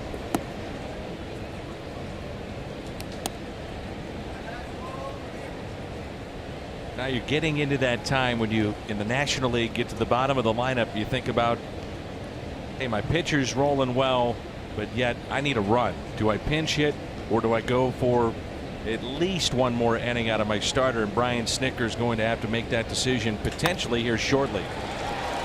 That may have answered it for him with a base hit to left field. Another pitch up,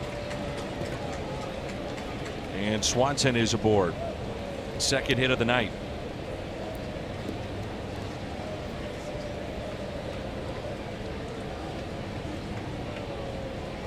This is Danny Santana. He's a switch hitter.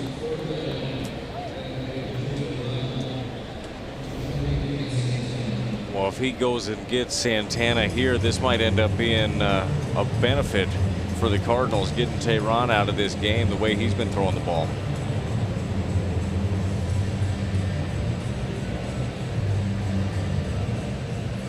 Injury or illness should never interrupt childhood. St. Louis Children's Hospital, guardians of childhood.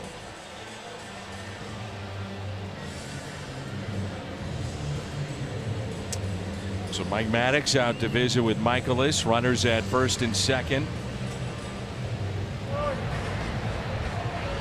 That's Mike Myers on the left and Austin Gomber on the right. The interesting thing, though, about a guy like Gomber, if you bring him in against left-handed batters, his splits are reversed. The right-handed batters, he's getting them out. It's not the lefties. And after Santana here, you've got 4 lefties in a row. Yeah, you'd think when Gomber's on, that breaking ball especially would play to both sides, but the numbers just haven't bared that out so far. So Tehran is through. Curveball misses low and away.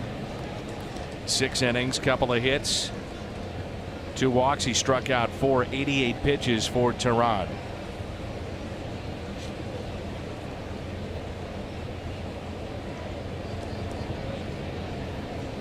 Runners at first and second, and the 1-0 pitch. Took something off it. 1 ball, 1 strike.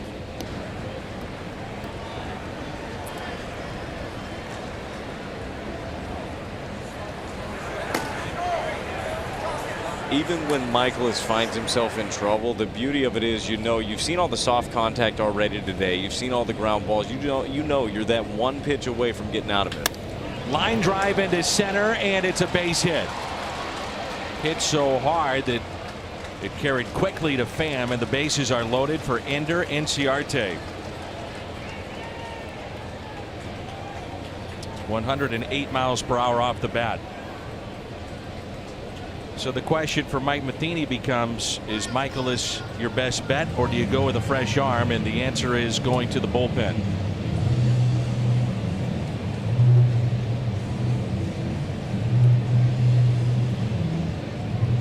Here's Austin Gomber, and he'll come in and face Ender Inciarte with the bases loaded. Another solid outing by Michaelis.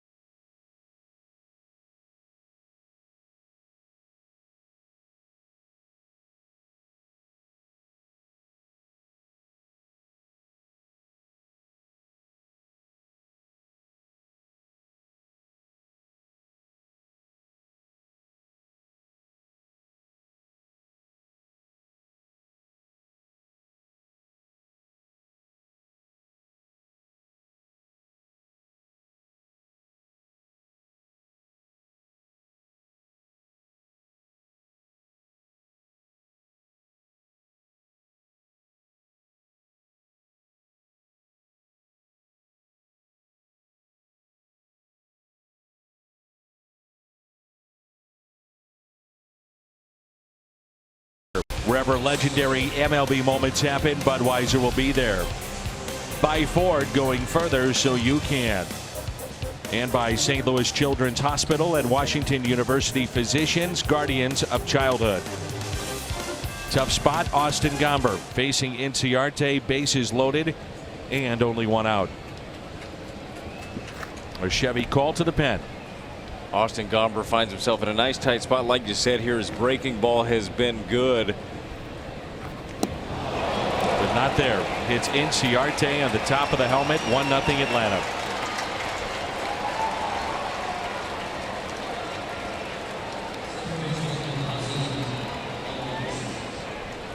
Gomber trying to get ahead with his breaking ball right here. Just slips out early.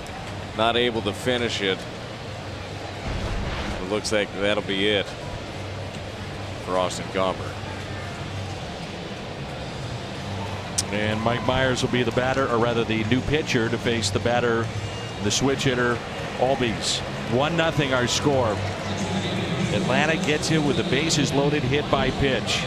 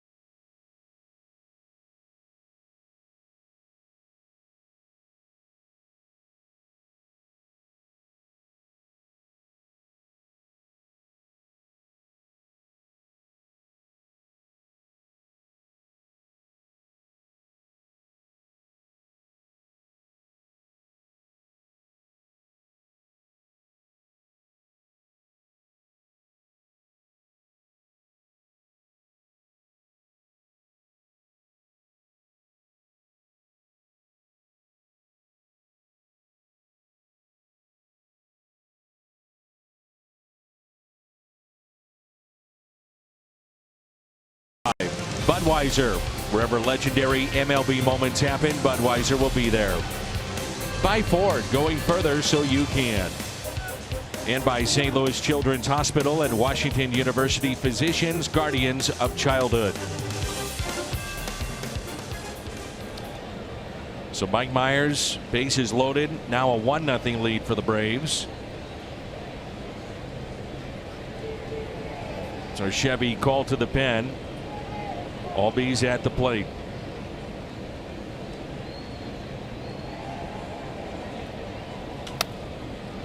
Popped up, and that'll find the seats. Some tough luck here for Miles Michaelis, Swanson, then the pitch hitter Santana. Inciarte hit by a pitch. They're all aboard.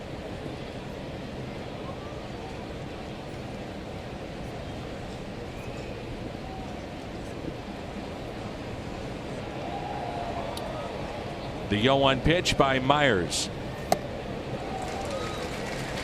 Lefty's only hitting .213 against Mike this year. He's got a really good slider. He showed off early, and then he's got 98 miles an hour in the tank. We've seen him hit triple digits before. Gonna have to make sure he executes now. 0-2. Can't give him anything to hit here.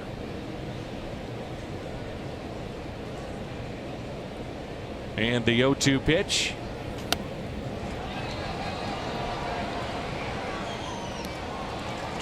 Take a look at that Hyundai pitch arsenal. Good fastball, upper 90s. We've seen him hit 100 this year. Slider.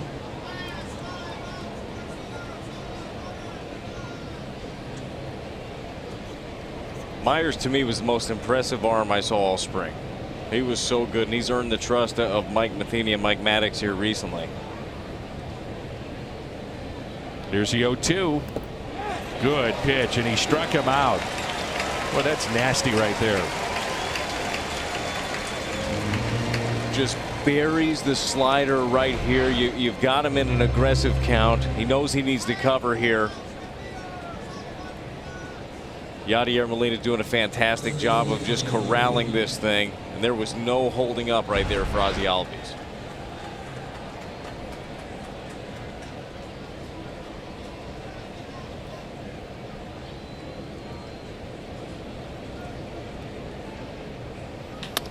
And a ground ball. Mike Myers, well done. Comes in with the bases loaded. 1 out, and no one scores against him. Good work. Tight ball game, 1-0, time to stretch.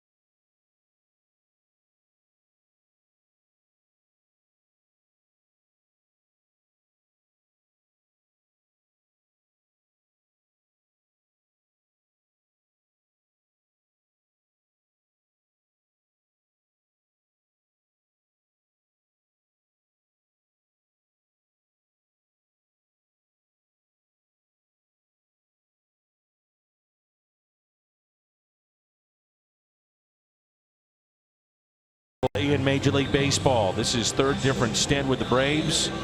Also pitched with the Dodgers and the Royals. He's 39 years young and currently the oldest player in the National League. Still slinging it. Yep.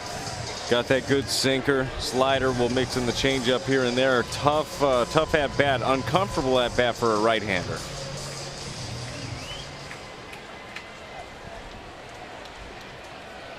Honda home run inning. Gateway Honda dealers will donate $1,000 to the Make-A-Wish Foundation of Missouri if the Cardinals hit a home run. Molina, Pham, and Wong. As Brad mentioned earlier, this has been a sore spot recently for the Braves, their bullpen. So you have Molina and Pham. Then the left-handed hitting Wong. So Moylan could be in for the two batters, and then you go back to potentially your bullpen, and the Cardinals then could counter with a right-handed bat off their bench. The fly ball that's hit into right. Yachty slamming the bat down, and there's out number one.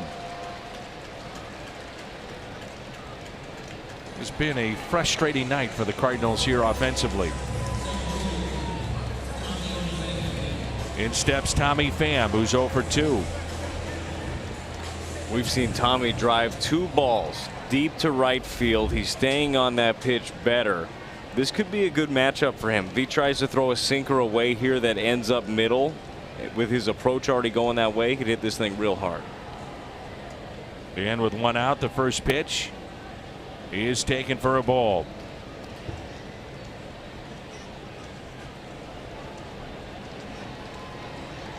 Starts to eat at you. He's 0 for his last 26.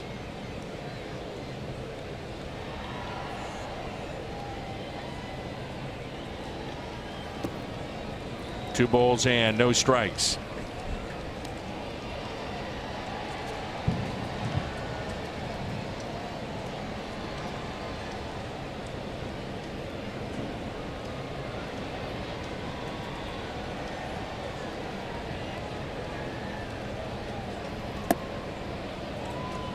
Two and one. Got a call there. Was trying to go away right here. Ends up getting the strike call in off the plate. Tough luck right there for Tommy Pham. The 2-1 pitch. Well, you have to give Mike Myers a ton of credit. Keep the Cardinals in this position, only down by a run. That was huge. I mean, he just came in pumping strikes, executed with 2 strikes. He really needed to bounce that breaking ball to Albies, and he was able to do so. That was big. The 2-2. That's a pitch there that Pham's been pulling off of here recently. Again, another good sign. And it's not to say that something couldn't happen in this at bat, but you're seeing signs in the right direction. No doubt. A 3-2 pitch. And he draws a walk with Colton Wong coming up.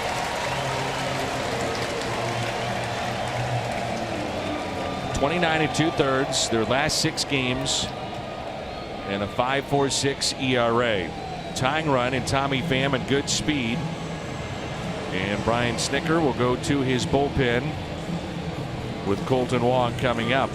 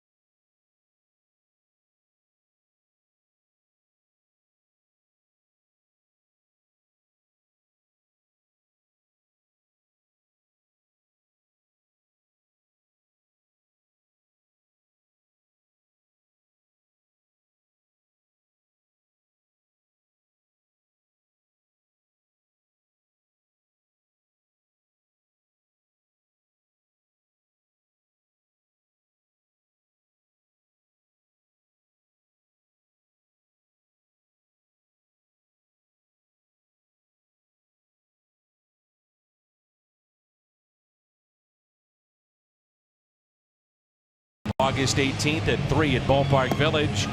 It is open to the public, presented by Edward Jones. And you can find out more at cardinals.com/HOF. So Biddle, they carry 3 lefties. This is Jesse Biddle in our Chevy call to the pen. Left-handers hitting .364 against Biddle.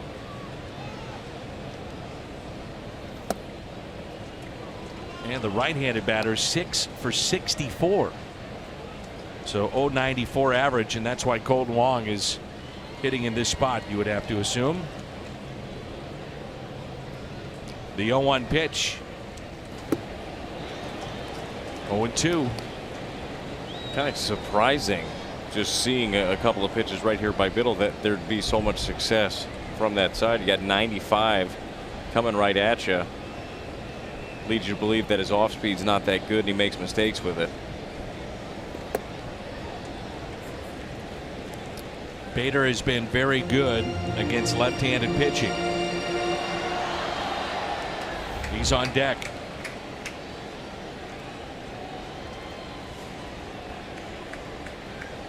And the 1-2. A fly ball lifted in the air to left. Acuna with the catch. Pham back to the bag at first. And it brings in Bader.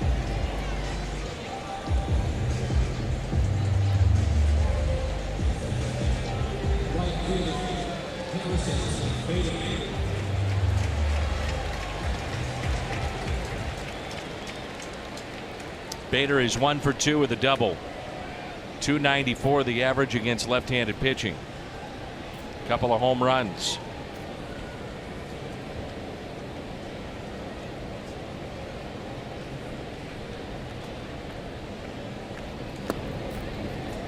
Jed Jerko at the on-deck circle to pinch hit for Mike Myers if that spot comes up. Jordan Hicks getting loose in the Cardinals pen. Well, you know Harrison Bader can turn around a fastball. We've seen 95 already. And he hits a high fly ball into right, tailing near the line. It's playable, and the catch made. The threat is through. A walk by Pham, left stranded. 1-0 after 7.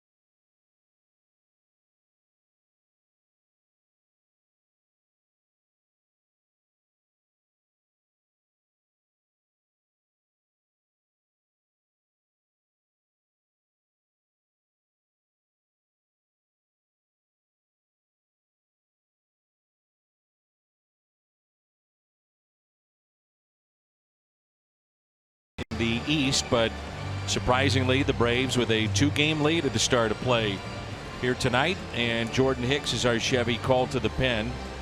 Tom Mee, our director, had a shot of Austin Gomber with Adam Wainwright Wainwright trying to console him, and you know Adam quite well. It's huge. I'll tell you what, Austin Gomber knows. I mean, he came in to do one job, didn't have it, and you have didn't get it done. Adam talks through it, and you know what? It's great to have that presence around. Adam might not be able to help on the field right now, but he can certainly help work through some things, talk about a thought process. What are you doing? What are you feeling? And they can make you feel better about it when it's all said and done. It's a great guy to have around. There's Nick Markakis, followed by Suzuki, and then Acuna. 101 on the gun from Jordan Hicks. He has hit 105. How does that happen?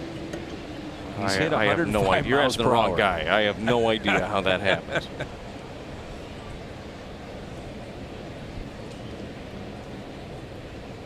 And the next two, Markakis. 1 ball, 1 strike. At this point for me, it's not even the velocity that I get so enamored by. It's the sink. You saw that right there, 101 miles an hour, and it's moving. How does it have time to move? I'm not a physics guy, okay, but I just don't get it. I don't understand it. It's impressive. It's unreal. Here's a 1-1 pitch to Nick Markakis. See, to me, that's the pitch. And I get it. I mean, 101 is 101, but with all these guys, and that's not even one of his good ones. No, you have to prove you have something else, because big league hitters will be able to jump on. I don't care if it's 105. If that's all you can throw for a strike, they can hit that. You throw that wrinkle, it doesn't have to be at the knees on the black every time. It's just got to be different. They gear up for that. They gear up for triple digits. And then all of a sudden you throw that wrinkle in of a slider that's a tremendous slider, by the way. This guy becomes really, really tough to hit. I think Jordan Hicks is starting to figure it out more and more, but it's the not trying to do too much, just letting your stuff play, and it's good enough in a spot. You see him overthrowing a little bit this inning, just trying to make the ball work. Got to stay within yourself a little bit and just focus down in the zone, because 97 is just fine with his stuff.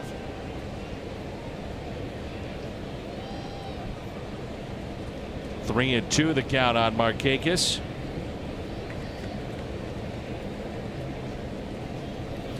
And it's a leadoff walk.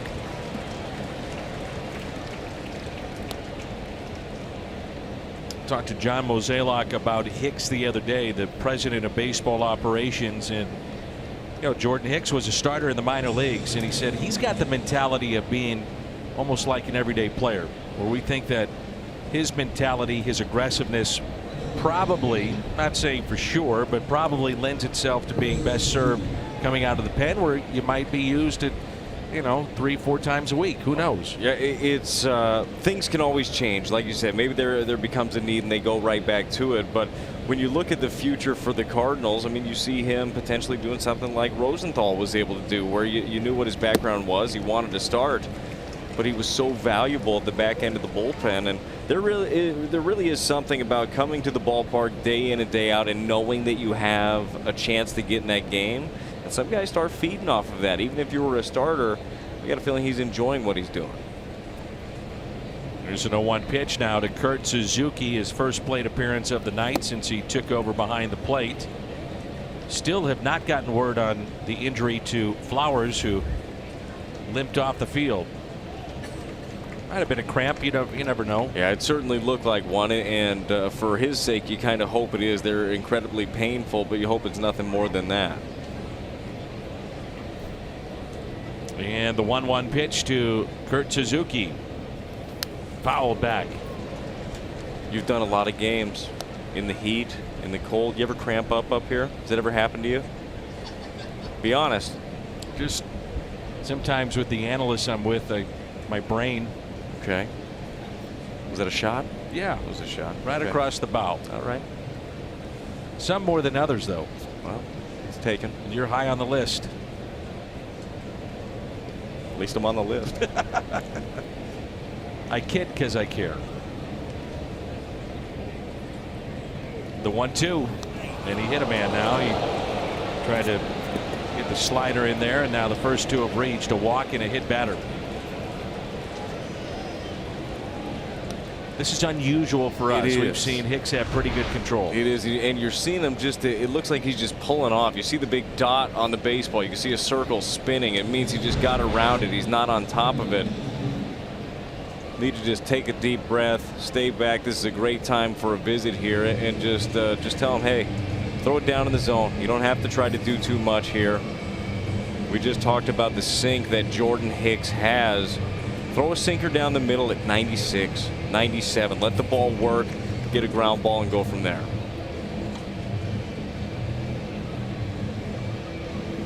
Which still amazes me that 96, 97 is easing off. It's pretty amazing. Yes, it is.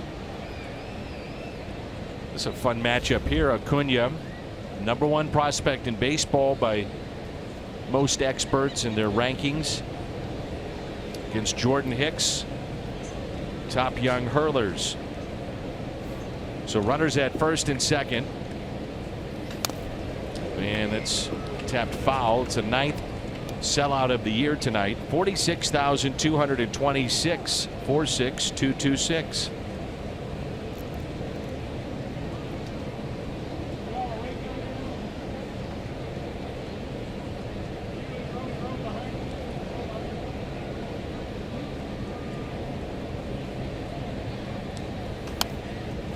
Slider that's hit out of play. Everything for Jordan Hicks right now just coming out arm side, just getting out of his hand a little bit too early. Just needs to hang on a little bit, take all his weight, everything towards the plate. He's in a good count here. And a grounder that's foul.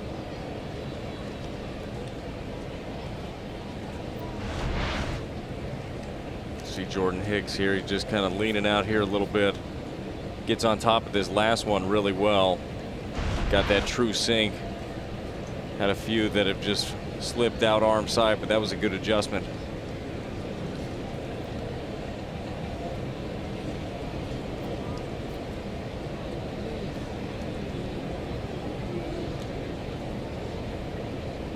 Is it tough to adjust in game like this, especially when you're a young pitcher? Yeah, and I would assume it's even harder to adjust when you can throw 105 miles an hour, because you just feel like at some point it's just going to be there and you'll throw one, you know, that ends up blowing by somebody. That was his best breaking ball he's thrown right there. Got on top of that. You saw that true downward motion right there on an 0-2 breaking ball. Stays behind this really well. You saw the snap right out of his hand. Yachty once again doing what Yachty does, corralling that thing, keeping it in front. Seen 2 very good pitches in a row from Jordan Hicks. Here's a 1-2 pitch by Hicks. You know, you were talking about Acuna going down the first base line and reaching for the bag, and that's how he was hurt. And is it in the back of his mind? I also wonder every time that Hicks, especially initially when Yachty came back, the hesitation or in the back of his mind, the injury, what he went through. He sees a sinker coming in 103 and that potential of a foul tip. Good fastball to 100. Elevated right there after a couple of sinkers down. To answer your question, yes, it would be in the back of my mind, but he's a bigger man than me. Get 100 miles an hour up in the zone after he saw a sinker down at 101. And here we go, get a ground ball.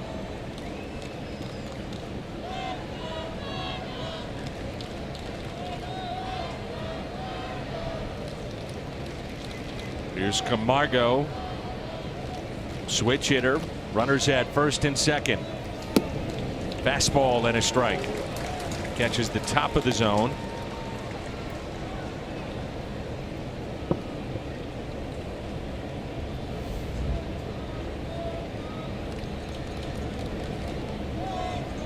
And the 0-1 pitch. 0-2.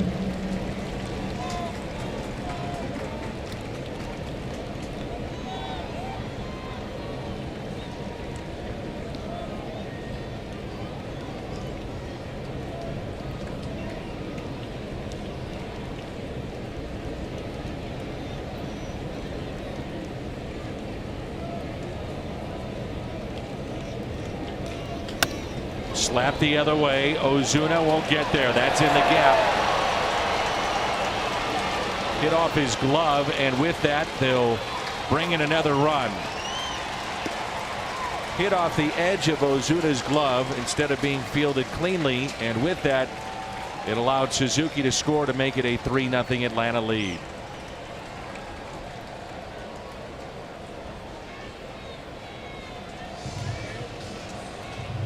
And Mike Matheny quickly will get Hicks out of the ball game.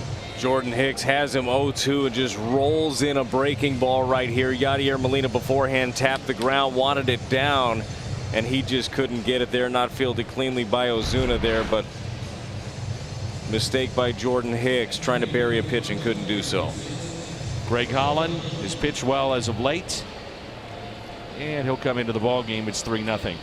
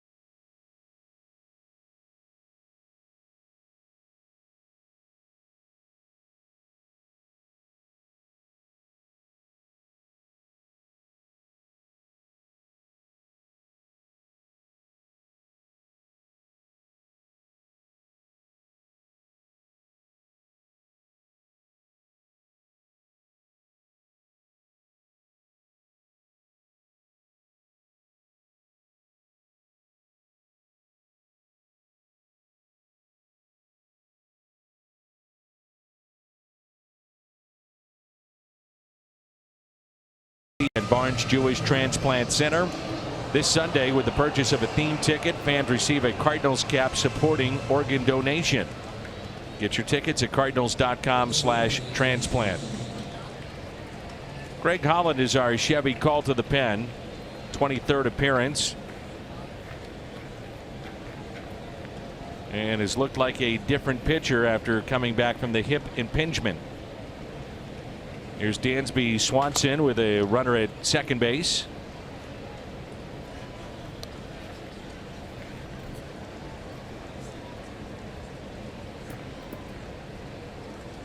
Saw the graphic a minute ago with the ERA there for Greg Holland. Throw that out the window. This guy is totally different than the guy we saw early on. He's able to get on top of that fastball. We've seen the disappearing breaking ball, and he's going to need a little of that right here. And the 0-1 pitch.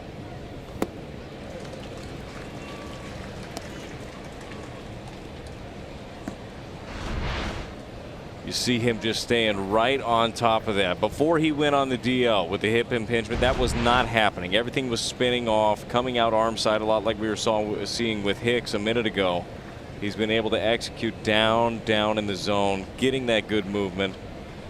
And with Dansby Swanson, you mentioned the strikeouts earlier, Dan. He's a free swinger. You stay with those breaking balls down and away, you will get him at some point. Here's an 0-2 pitch by Greg Holland. Last 3 outings for Holland, so since he's come off the DL, he's given up 1 hit in 3 innings. Tyler Flowers left the ball game. We were right hamstring cramp. 1 ball and 2 strikes. And the next to the Braves shortstop.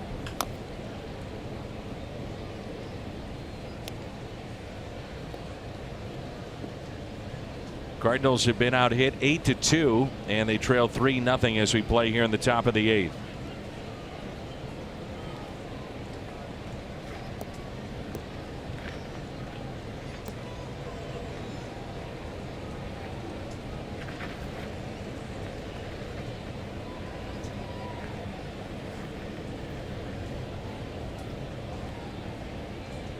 And the 1-2. Base hit into right field. Charging hard. It's Bader. His throw to the plate. Offline and to the backstop. And Swanson on his way to third. 4-0 Atlanta.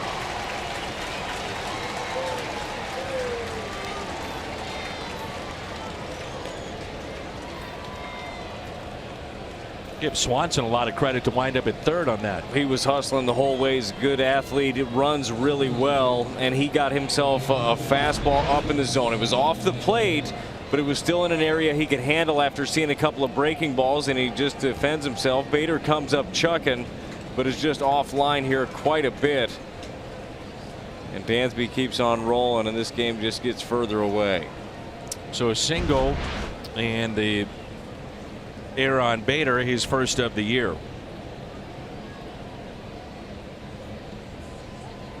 This will be Ryan Flaherty. Their lone lefty bat off the bench. Infield is drawn in, and there's strike one.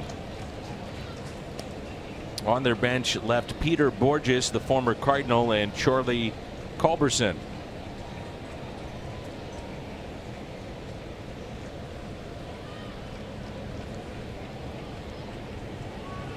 Here's the 0-1 by Holland. 0-2. Not to disregard the single that just happened there and the run that scored, but this Greg Holland, the way that he's throwing the ball here, this guy's going to be in some big time ball games for you down the stretch.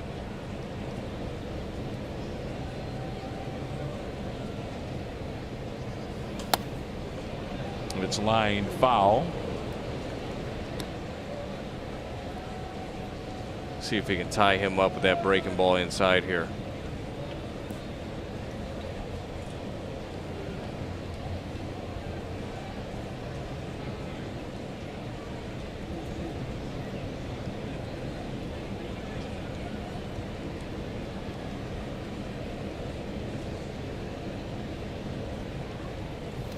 And he tied him up in a strikeout. Take a look at the upcoming schedule for the Cardinals. They'll wrap up a homestand on Sunday. And then the Cardinals go out to Arizona and San Francisco, finish up that road trip against the White Sox. But this has been a tough stretch. Cubs, Phillies, Brewers, Indians, Braves, and then the Diamondbacks and Giants. Well, we've seen some good things here recently. Splitting that series in Milwaukee, the way that it started, to me that was a win. Then taking 2 out of 3 from Cleveland was huge. But you got to keep the momentum trending here, and things aren't going in the right direction in this first one against Atlanta. There will be tough tasks here in the next couple of weeks.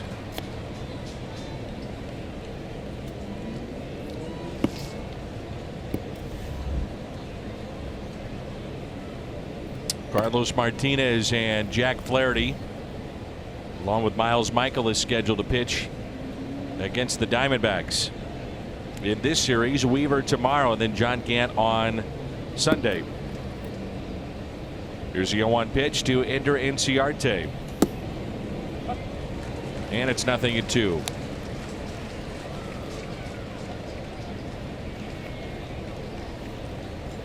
Hot night here in St. Louis. One of the hottest nights we've had already this summer.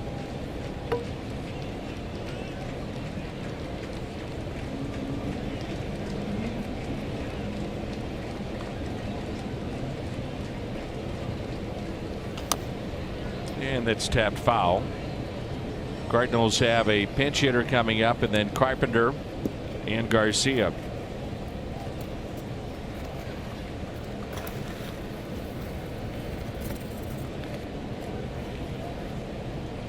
It's amazing how things have changed here recently out in the bullpen. It shifted to a point where I think Mike Matheny feels a lot more comfortable picking up the phone and calling down there. A lot of guys throwing the ball well. Brevia is throwing the ball very well. Holland has mixed it up quite a bit and has been great.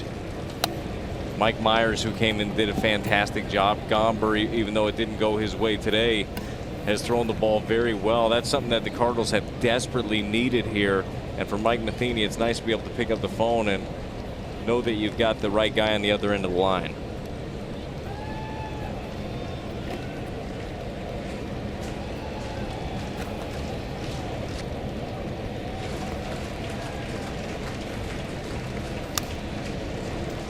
stays alive.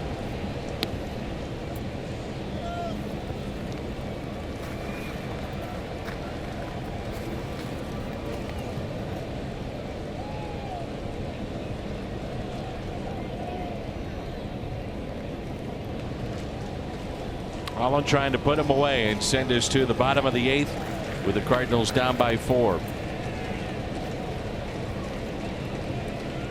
And the 0-2 pitch. Another foul ball. With Flaherty, he was able to tie him up. He does have the ability to get in on a left-handed batter. He does. Inciarte does handle the breaking ball down very well. He can put it in play. You saw right there, Yachty wanted the fastball away, but Holland felt like he already got burned on one of those once of going with the heater up and away. We'll see what he does here, but Inciarte does do a very good job of fighting those off, as we've seen already in this at-bat. And the 0-2 pitch by Holland. Got him. So back-to-back strikeouts. Braves add to their lead, and it's a 4-0 score midway through 8.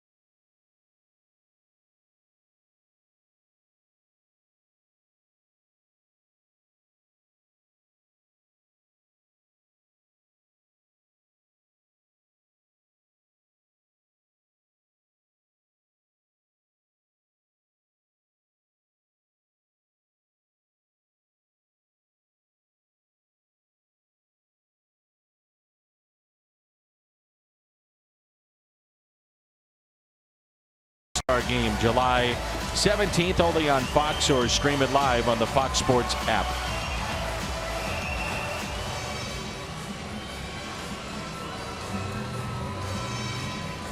New pitcher is AJ Minter.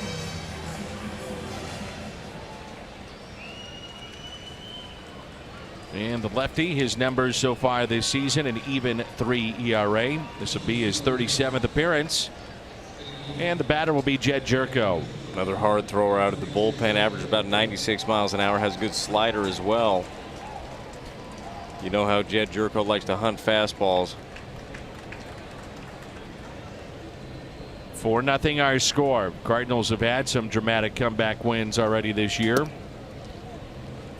Issues of the Braves bullpen, you never know. That's what I'm sure is being talked about inside that dugout. Here's a 1-0 pitch now to Jed Jerko. Inside, 2 balls, no strikes. And before the night is through, you still have to go through Carpenter. Potentially a big bat coming off the bench. Jose Martinez, Ozuna. So ways to go in this game.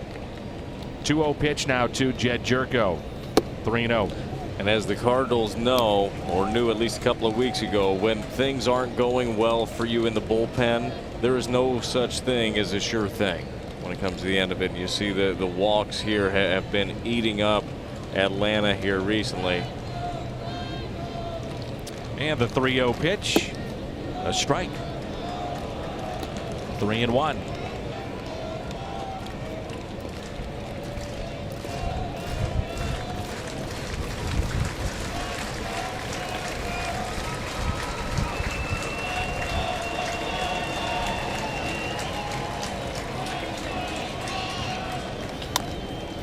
And that is a fair ball.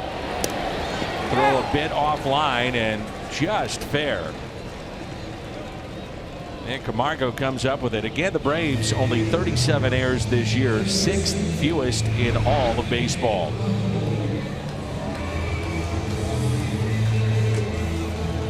Once it's over the bag, it's the third base umpire to make that call. Ed Hickox and Freeman stretching and just enough. Yeah, Freddie Freeman does a good job of getting to the other side of the bag there. Camargo rushed a throw that he didn't have to, kind of dropped down and slung it over there, but still had plenty of time. Here's the top of the lineup.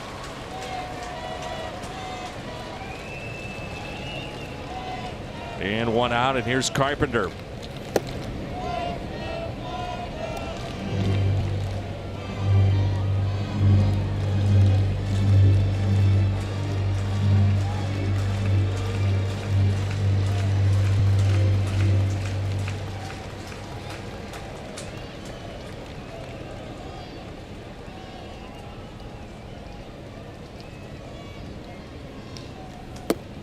Outside, and it's a ball and a strike. He singled back to right in the 6th on an 0-2 pitch. Has also walked, so on base a couple of times.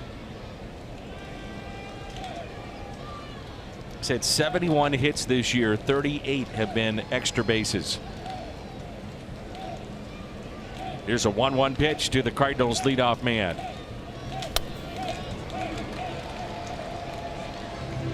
It is such a game changer when he is going, when he's setting the table like we've seen him do year after year. And you kept saying, we all did, all the cliches at the beginning of the year. Oh, well, by the end of the year, he'll look like the back of his baseball card. And you have to be patient.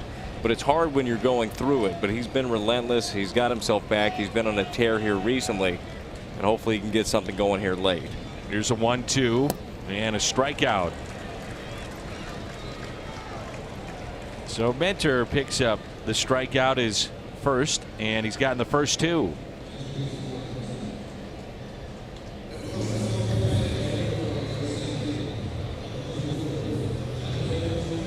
Jairo Munoz will be the pinch hitter.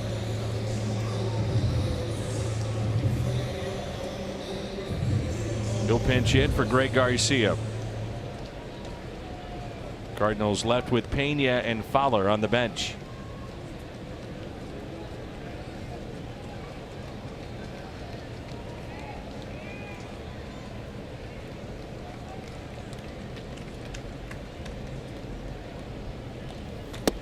There's strike 1. Munoz had the foul ball that was off his leg the other day. Then Garcia got a couple of starts. He was limping running down that first base line.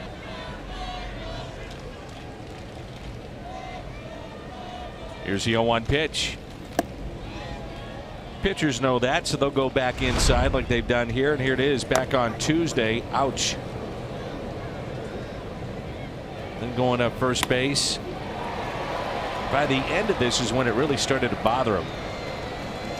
You still got a little adrenaline at the beginning, and those things just swell up and they kill you, and they can slow you down for a while. You got to take care of them. But you are absolutely right. When that happens to somebody, while you might feel a little bad for them as the member of the opposition, you will continue to just go in there because that's in the back of the head. We talked about that already with a couple of injuries today. Once they're there, you think about them. Well, you keep pounding them inside, and maybe there's a little fear of slamming another one off your leg. It's all 3 pitches have been down and in. And Munoz hits a fly ball into shallow right. Inciarte was called off by the right fielder Markakis, and the catch is made. 4-0 as we head to the 9th.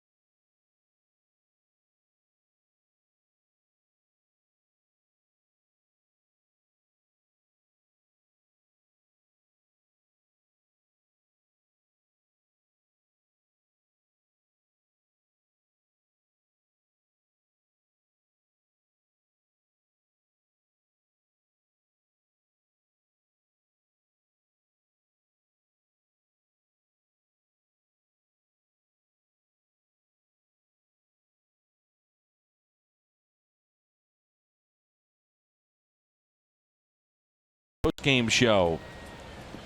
Or Chevy called to the pen, the 19th appearance for the lefty Brett Cecil. It seems like the more that he's been used, the better that he gets. We'll see if that holds true tonight. Jairo Munoz stays in the ballgame at shortstop.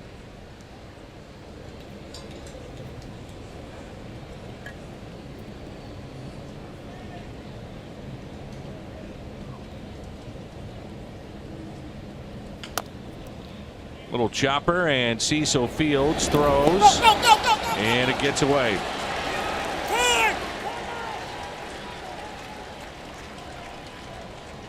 And the speed of Albies. Well, you could see that coming, couldn't you? Yeah, man. Cecil throws a nice breaking ball right here. Bounces off the mound. Got that weak contact. Spins and fires.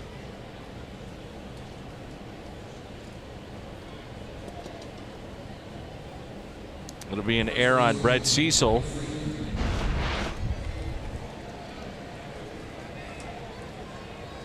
Never a good thing when you have more errors than hits, and currently that's the case for the Cardinals. We talked about it in the Cleveland series. The Cardinals played clean baseball, and that has not happened here tonight, and it's cost them. It happens quickly, too. It might seem insignificant at the time, but we've seen it already today. A couple of miscues turn into a run, especially when the opposition, Julio Teheran, threw the ball really well. The bullpen has done a great job so far for the Braves. And Freeman hits it to the right side with that. And advances the runner. That's a professional at bat right there by really a guy is. that is not being selfish one bit. He chased a ball that he knew was up in the zone that he could pull to the right side. Yep, you should have nobody on, 2 out currently, but that changed everything. And once again, going back to the struggles of Atlanta's bullpen here recently, that one run over at third means a lot to them right now. Grand slam, can't beat him. You think about it in terms of putting runners on. If you're the Cardinals in the bottom of the 9th, and now it's Nick Markakis. Infield is drawn in for St. Louis.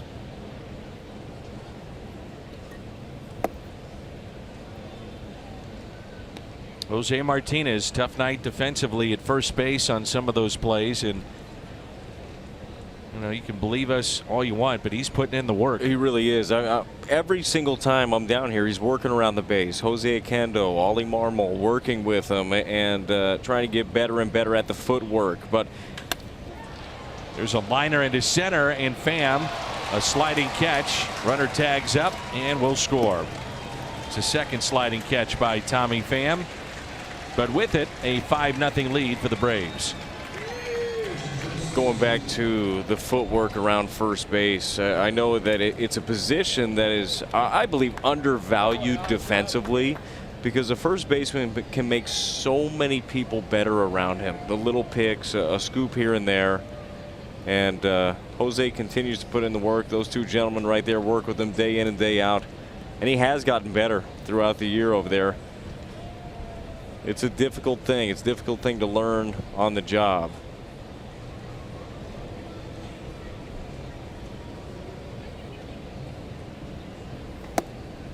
And a ball inside to Kurt Suzuki. You know, a lot of it at first base is about footwork. You know, you want to have soft hands and all the things that you talk about with a defensive player. And sometimes it just looks like Jose is a little bit in between on hops and positioning, those types of things. And he's trying to learn it at the big league level. It's not an easy thing to do. And that bat will play, and that's why he's in the lineup. You're darn right. I'll promise you this. He has had way more of a positive impact on this ball club than he has a negative one. And those things over at first, they'll clean up as you go.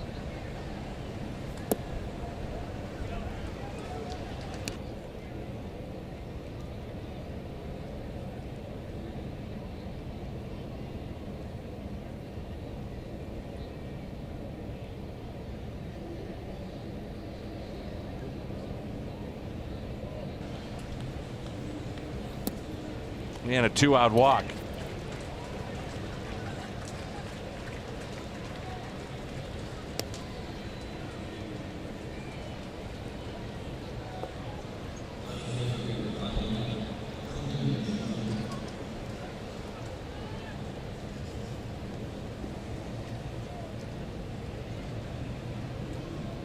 They get Brett Cecil out of this right here.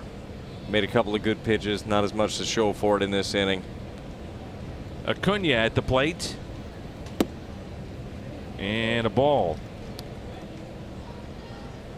This gives the Braves a little jolt. #1 prospect gets back in their lineup.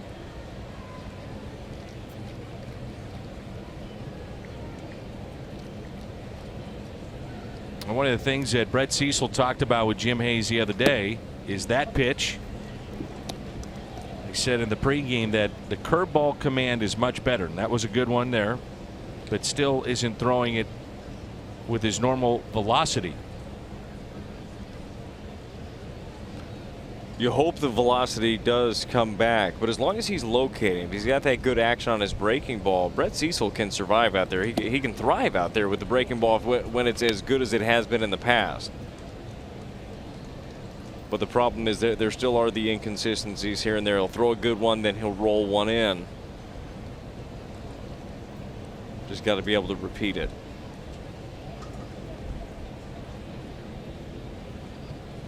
The 2-1. Now 2-2.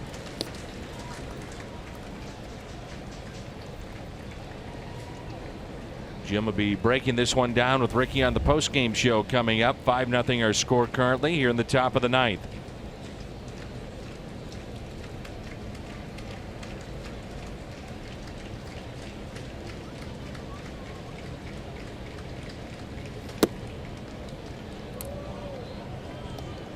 With that, the count runs full.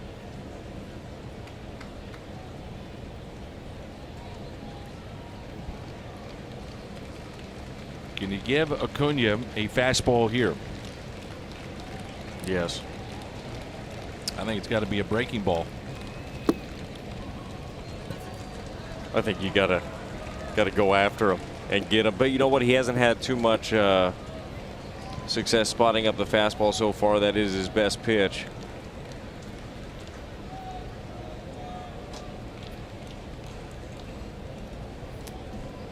Air has really been let out of the stadium. Is a lot of anticipation coming into this ball game tonight. Big crowd, and the Cardinals trailing 5-0 here in the top of the 9th. 2 outs and 2 on. Took something off it, and a strike on Camargo. Reminder that the game tomorrow is on Big Fox. And we'll be back with you on Sunday, and then we head out to Arizona. Here's an 0-1 pitch to Johan Camargo.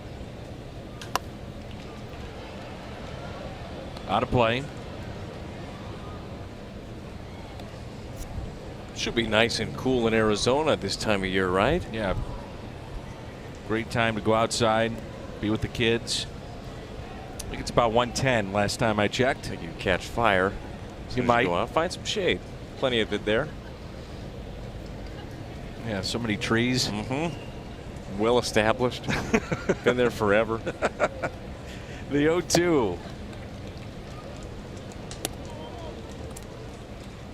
It's not much cooler here. It's very true.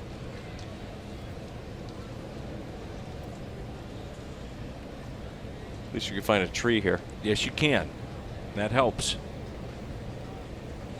Here's a 1-2 pitch. And a fly ball into shallow left center. There's Ozuna with the catch. Braves pick up a run, and it's 5-0.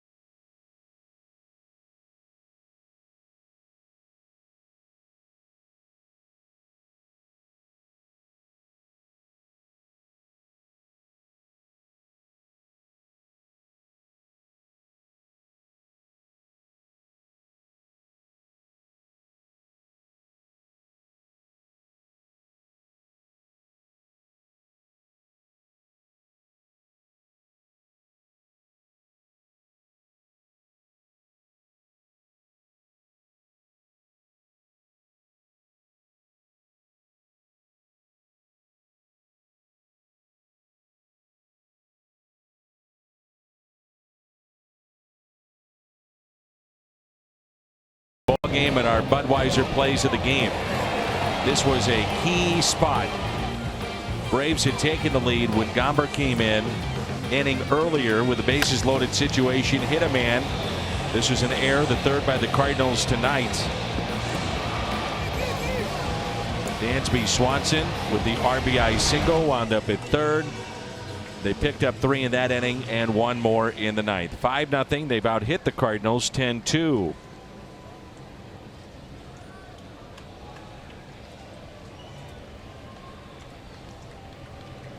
The Brewers over the Reds tonight, 8-2. 2 home runs for Keon Broxton, first 2 of the year.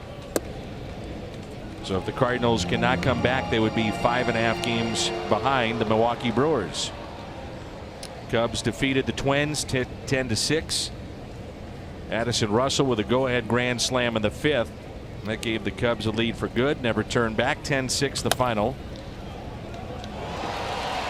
That's your typical 5-6-3. That's how you draw it up. Textbook.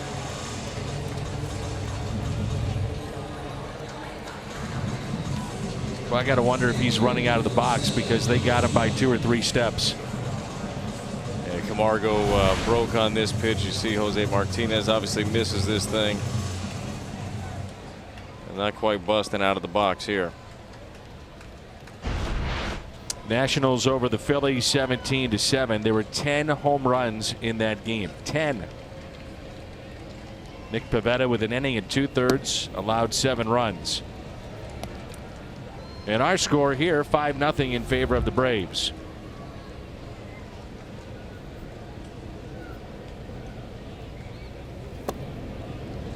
I think this trade deadline is going to be very interesting here come a month in the Central. You look at the Brewers where they're at right now. They could still use a little help maybe in the rotation. The Cubs maybe they do a little tinkering. Well, you don't see any big spots. Maybe there's a veteran out there that could help out.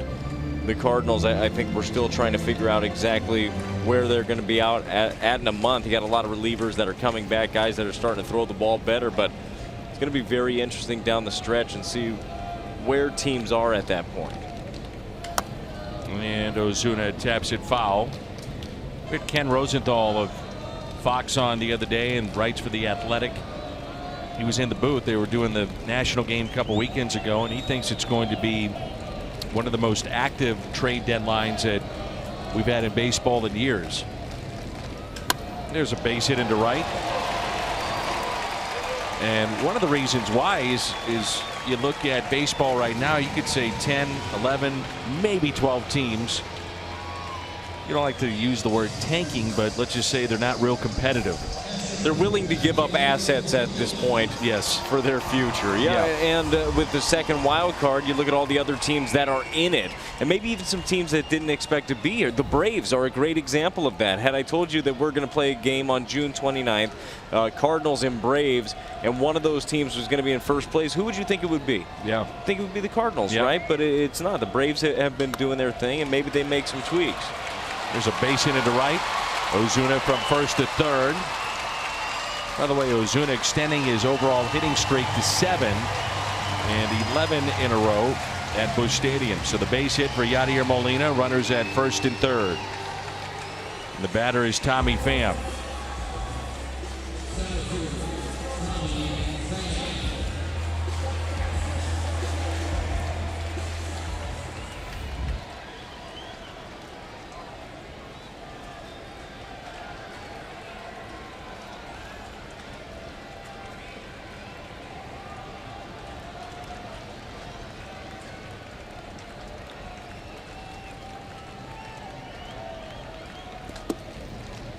Well, the Cardinals have already doubled their hits in this inning here, getting 2 more. Tommy Pham's had a couple of good ABs, driven the ball out to right a few times, and you hope that you can just extend it a little bit, get into this bullpen a little bit more. You got a long series here still. And the 1-0 pitch to Pham. 1 ball, 1 strike.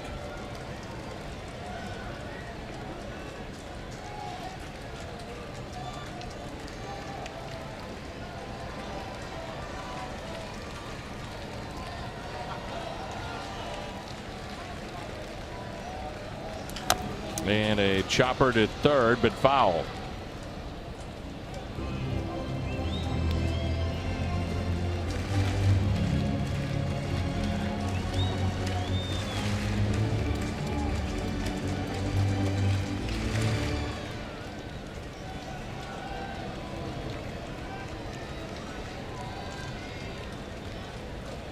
One and two the count. Runners at the corners for the Cardinals, down by 5 with one out here in the home half of the ninth.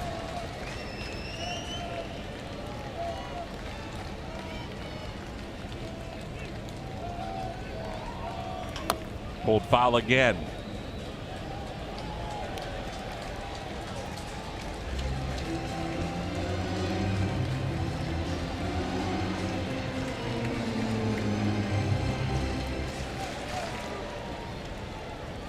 This game might be 5-0 here in the ninth. You know Tommy Pham is taking nothing for granted right here. Trying to get going on the right track again. And the 1-2 fouled back.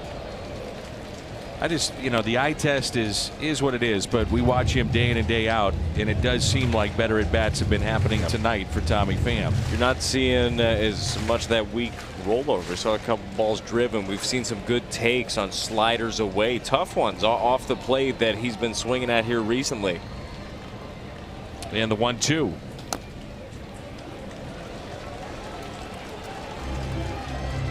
Sometimes you'll see a guy having a bat like this. They foul pitches away, and they may not get a base hit, but it's the kind of at bat where it's live action. The more pitches you're seeing, maybe you're feeling something a little bit differently. It's not BP. You're not in a cage. You're not off a tee. Well, but it allows you to get a little bit more locked in. Tommy Pham's mentioned it a few times. He said he knows what the feel is, and it just hasn't been there yet. And, you know, like you said, maybe a couple of pitches gets that feel. It's a good take right there, breaking ball down.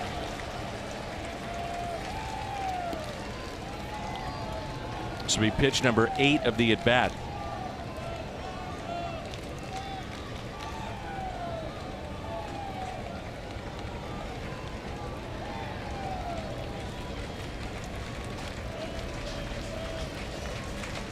And the 2-2 pitch to Tommy Pham.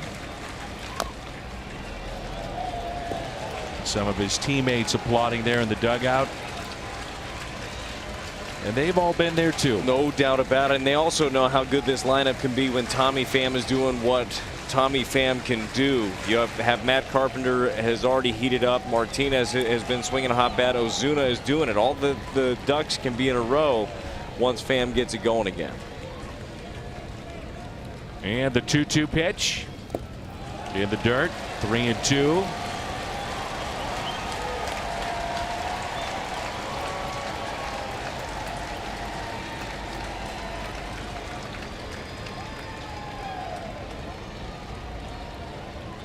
Tenth pitch of the at bat right here.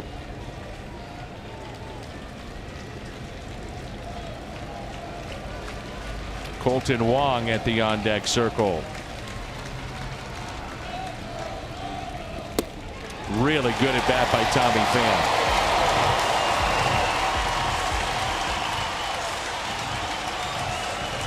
It's a kind of at bat if you're Mike Matheny and you're thinking about not necessarily already tomorrow, but you're filling out that lineup card and you see a bat like that, you say, all right, those are some signs that we're seeing good things. Yeah, and that's what it's all about. It's all about seeing the ball a little bit better.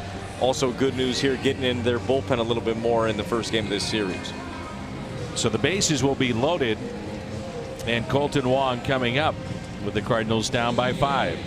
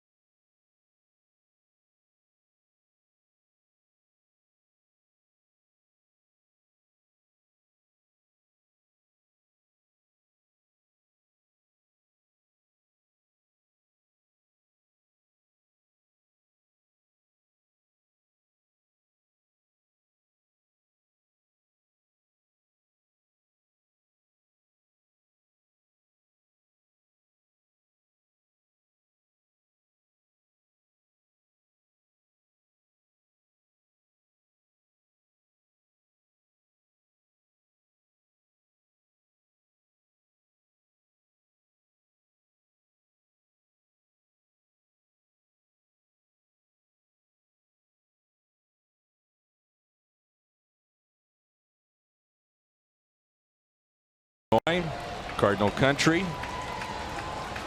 The bases are loaded. Our Chevy Colt to the pen.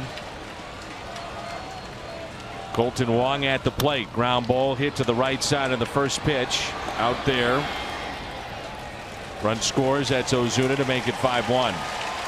And the Cardinals down to their final out.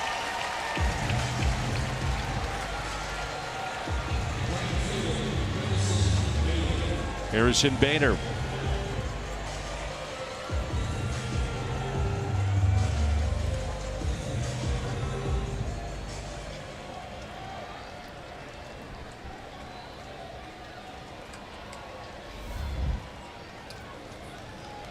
Runners at the corners. Dexter Fowler at the on-deck circle.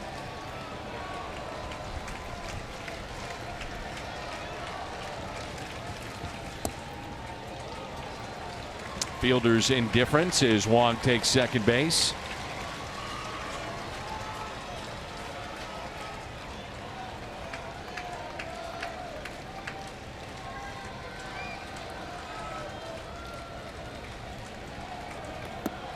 Bader will do anything he can. Get on base and then give Fowler a crack at it.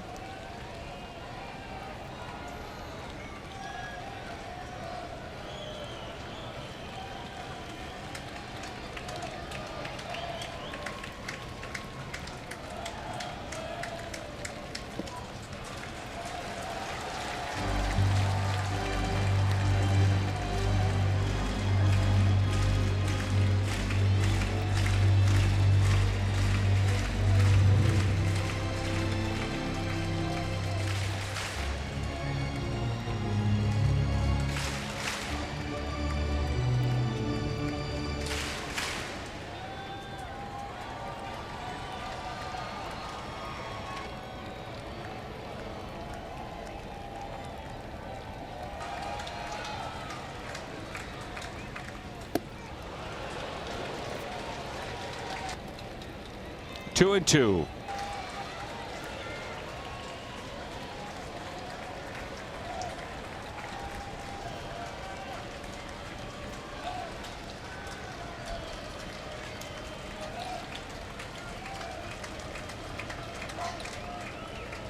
Here's a 2-2, and he struck him out. A final of 5-1. The Braves come in. They take game one here at Busch Stadium in front of a crowd of over 46,000. Disappointing night here at the ballpark. This game was well pitched early on. Got away late from the Cardinals. Offense couldn't get it going. Hopefully they will get it going tomorrow behind Luke Weaver. But disappointing one nonetheless today. So coming up, it's the post-game show. Missouri Lottery Cardinals Live. Rick Horton is standing by with Jim Hayes. All the post-game reaction coming up as well. Final of 5-1, and game 2 tomorrow on Fox, and then game 3 on Fox Sports Midwest.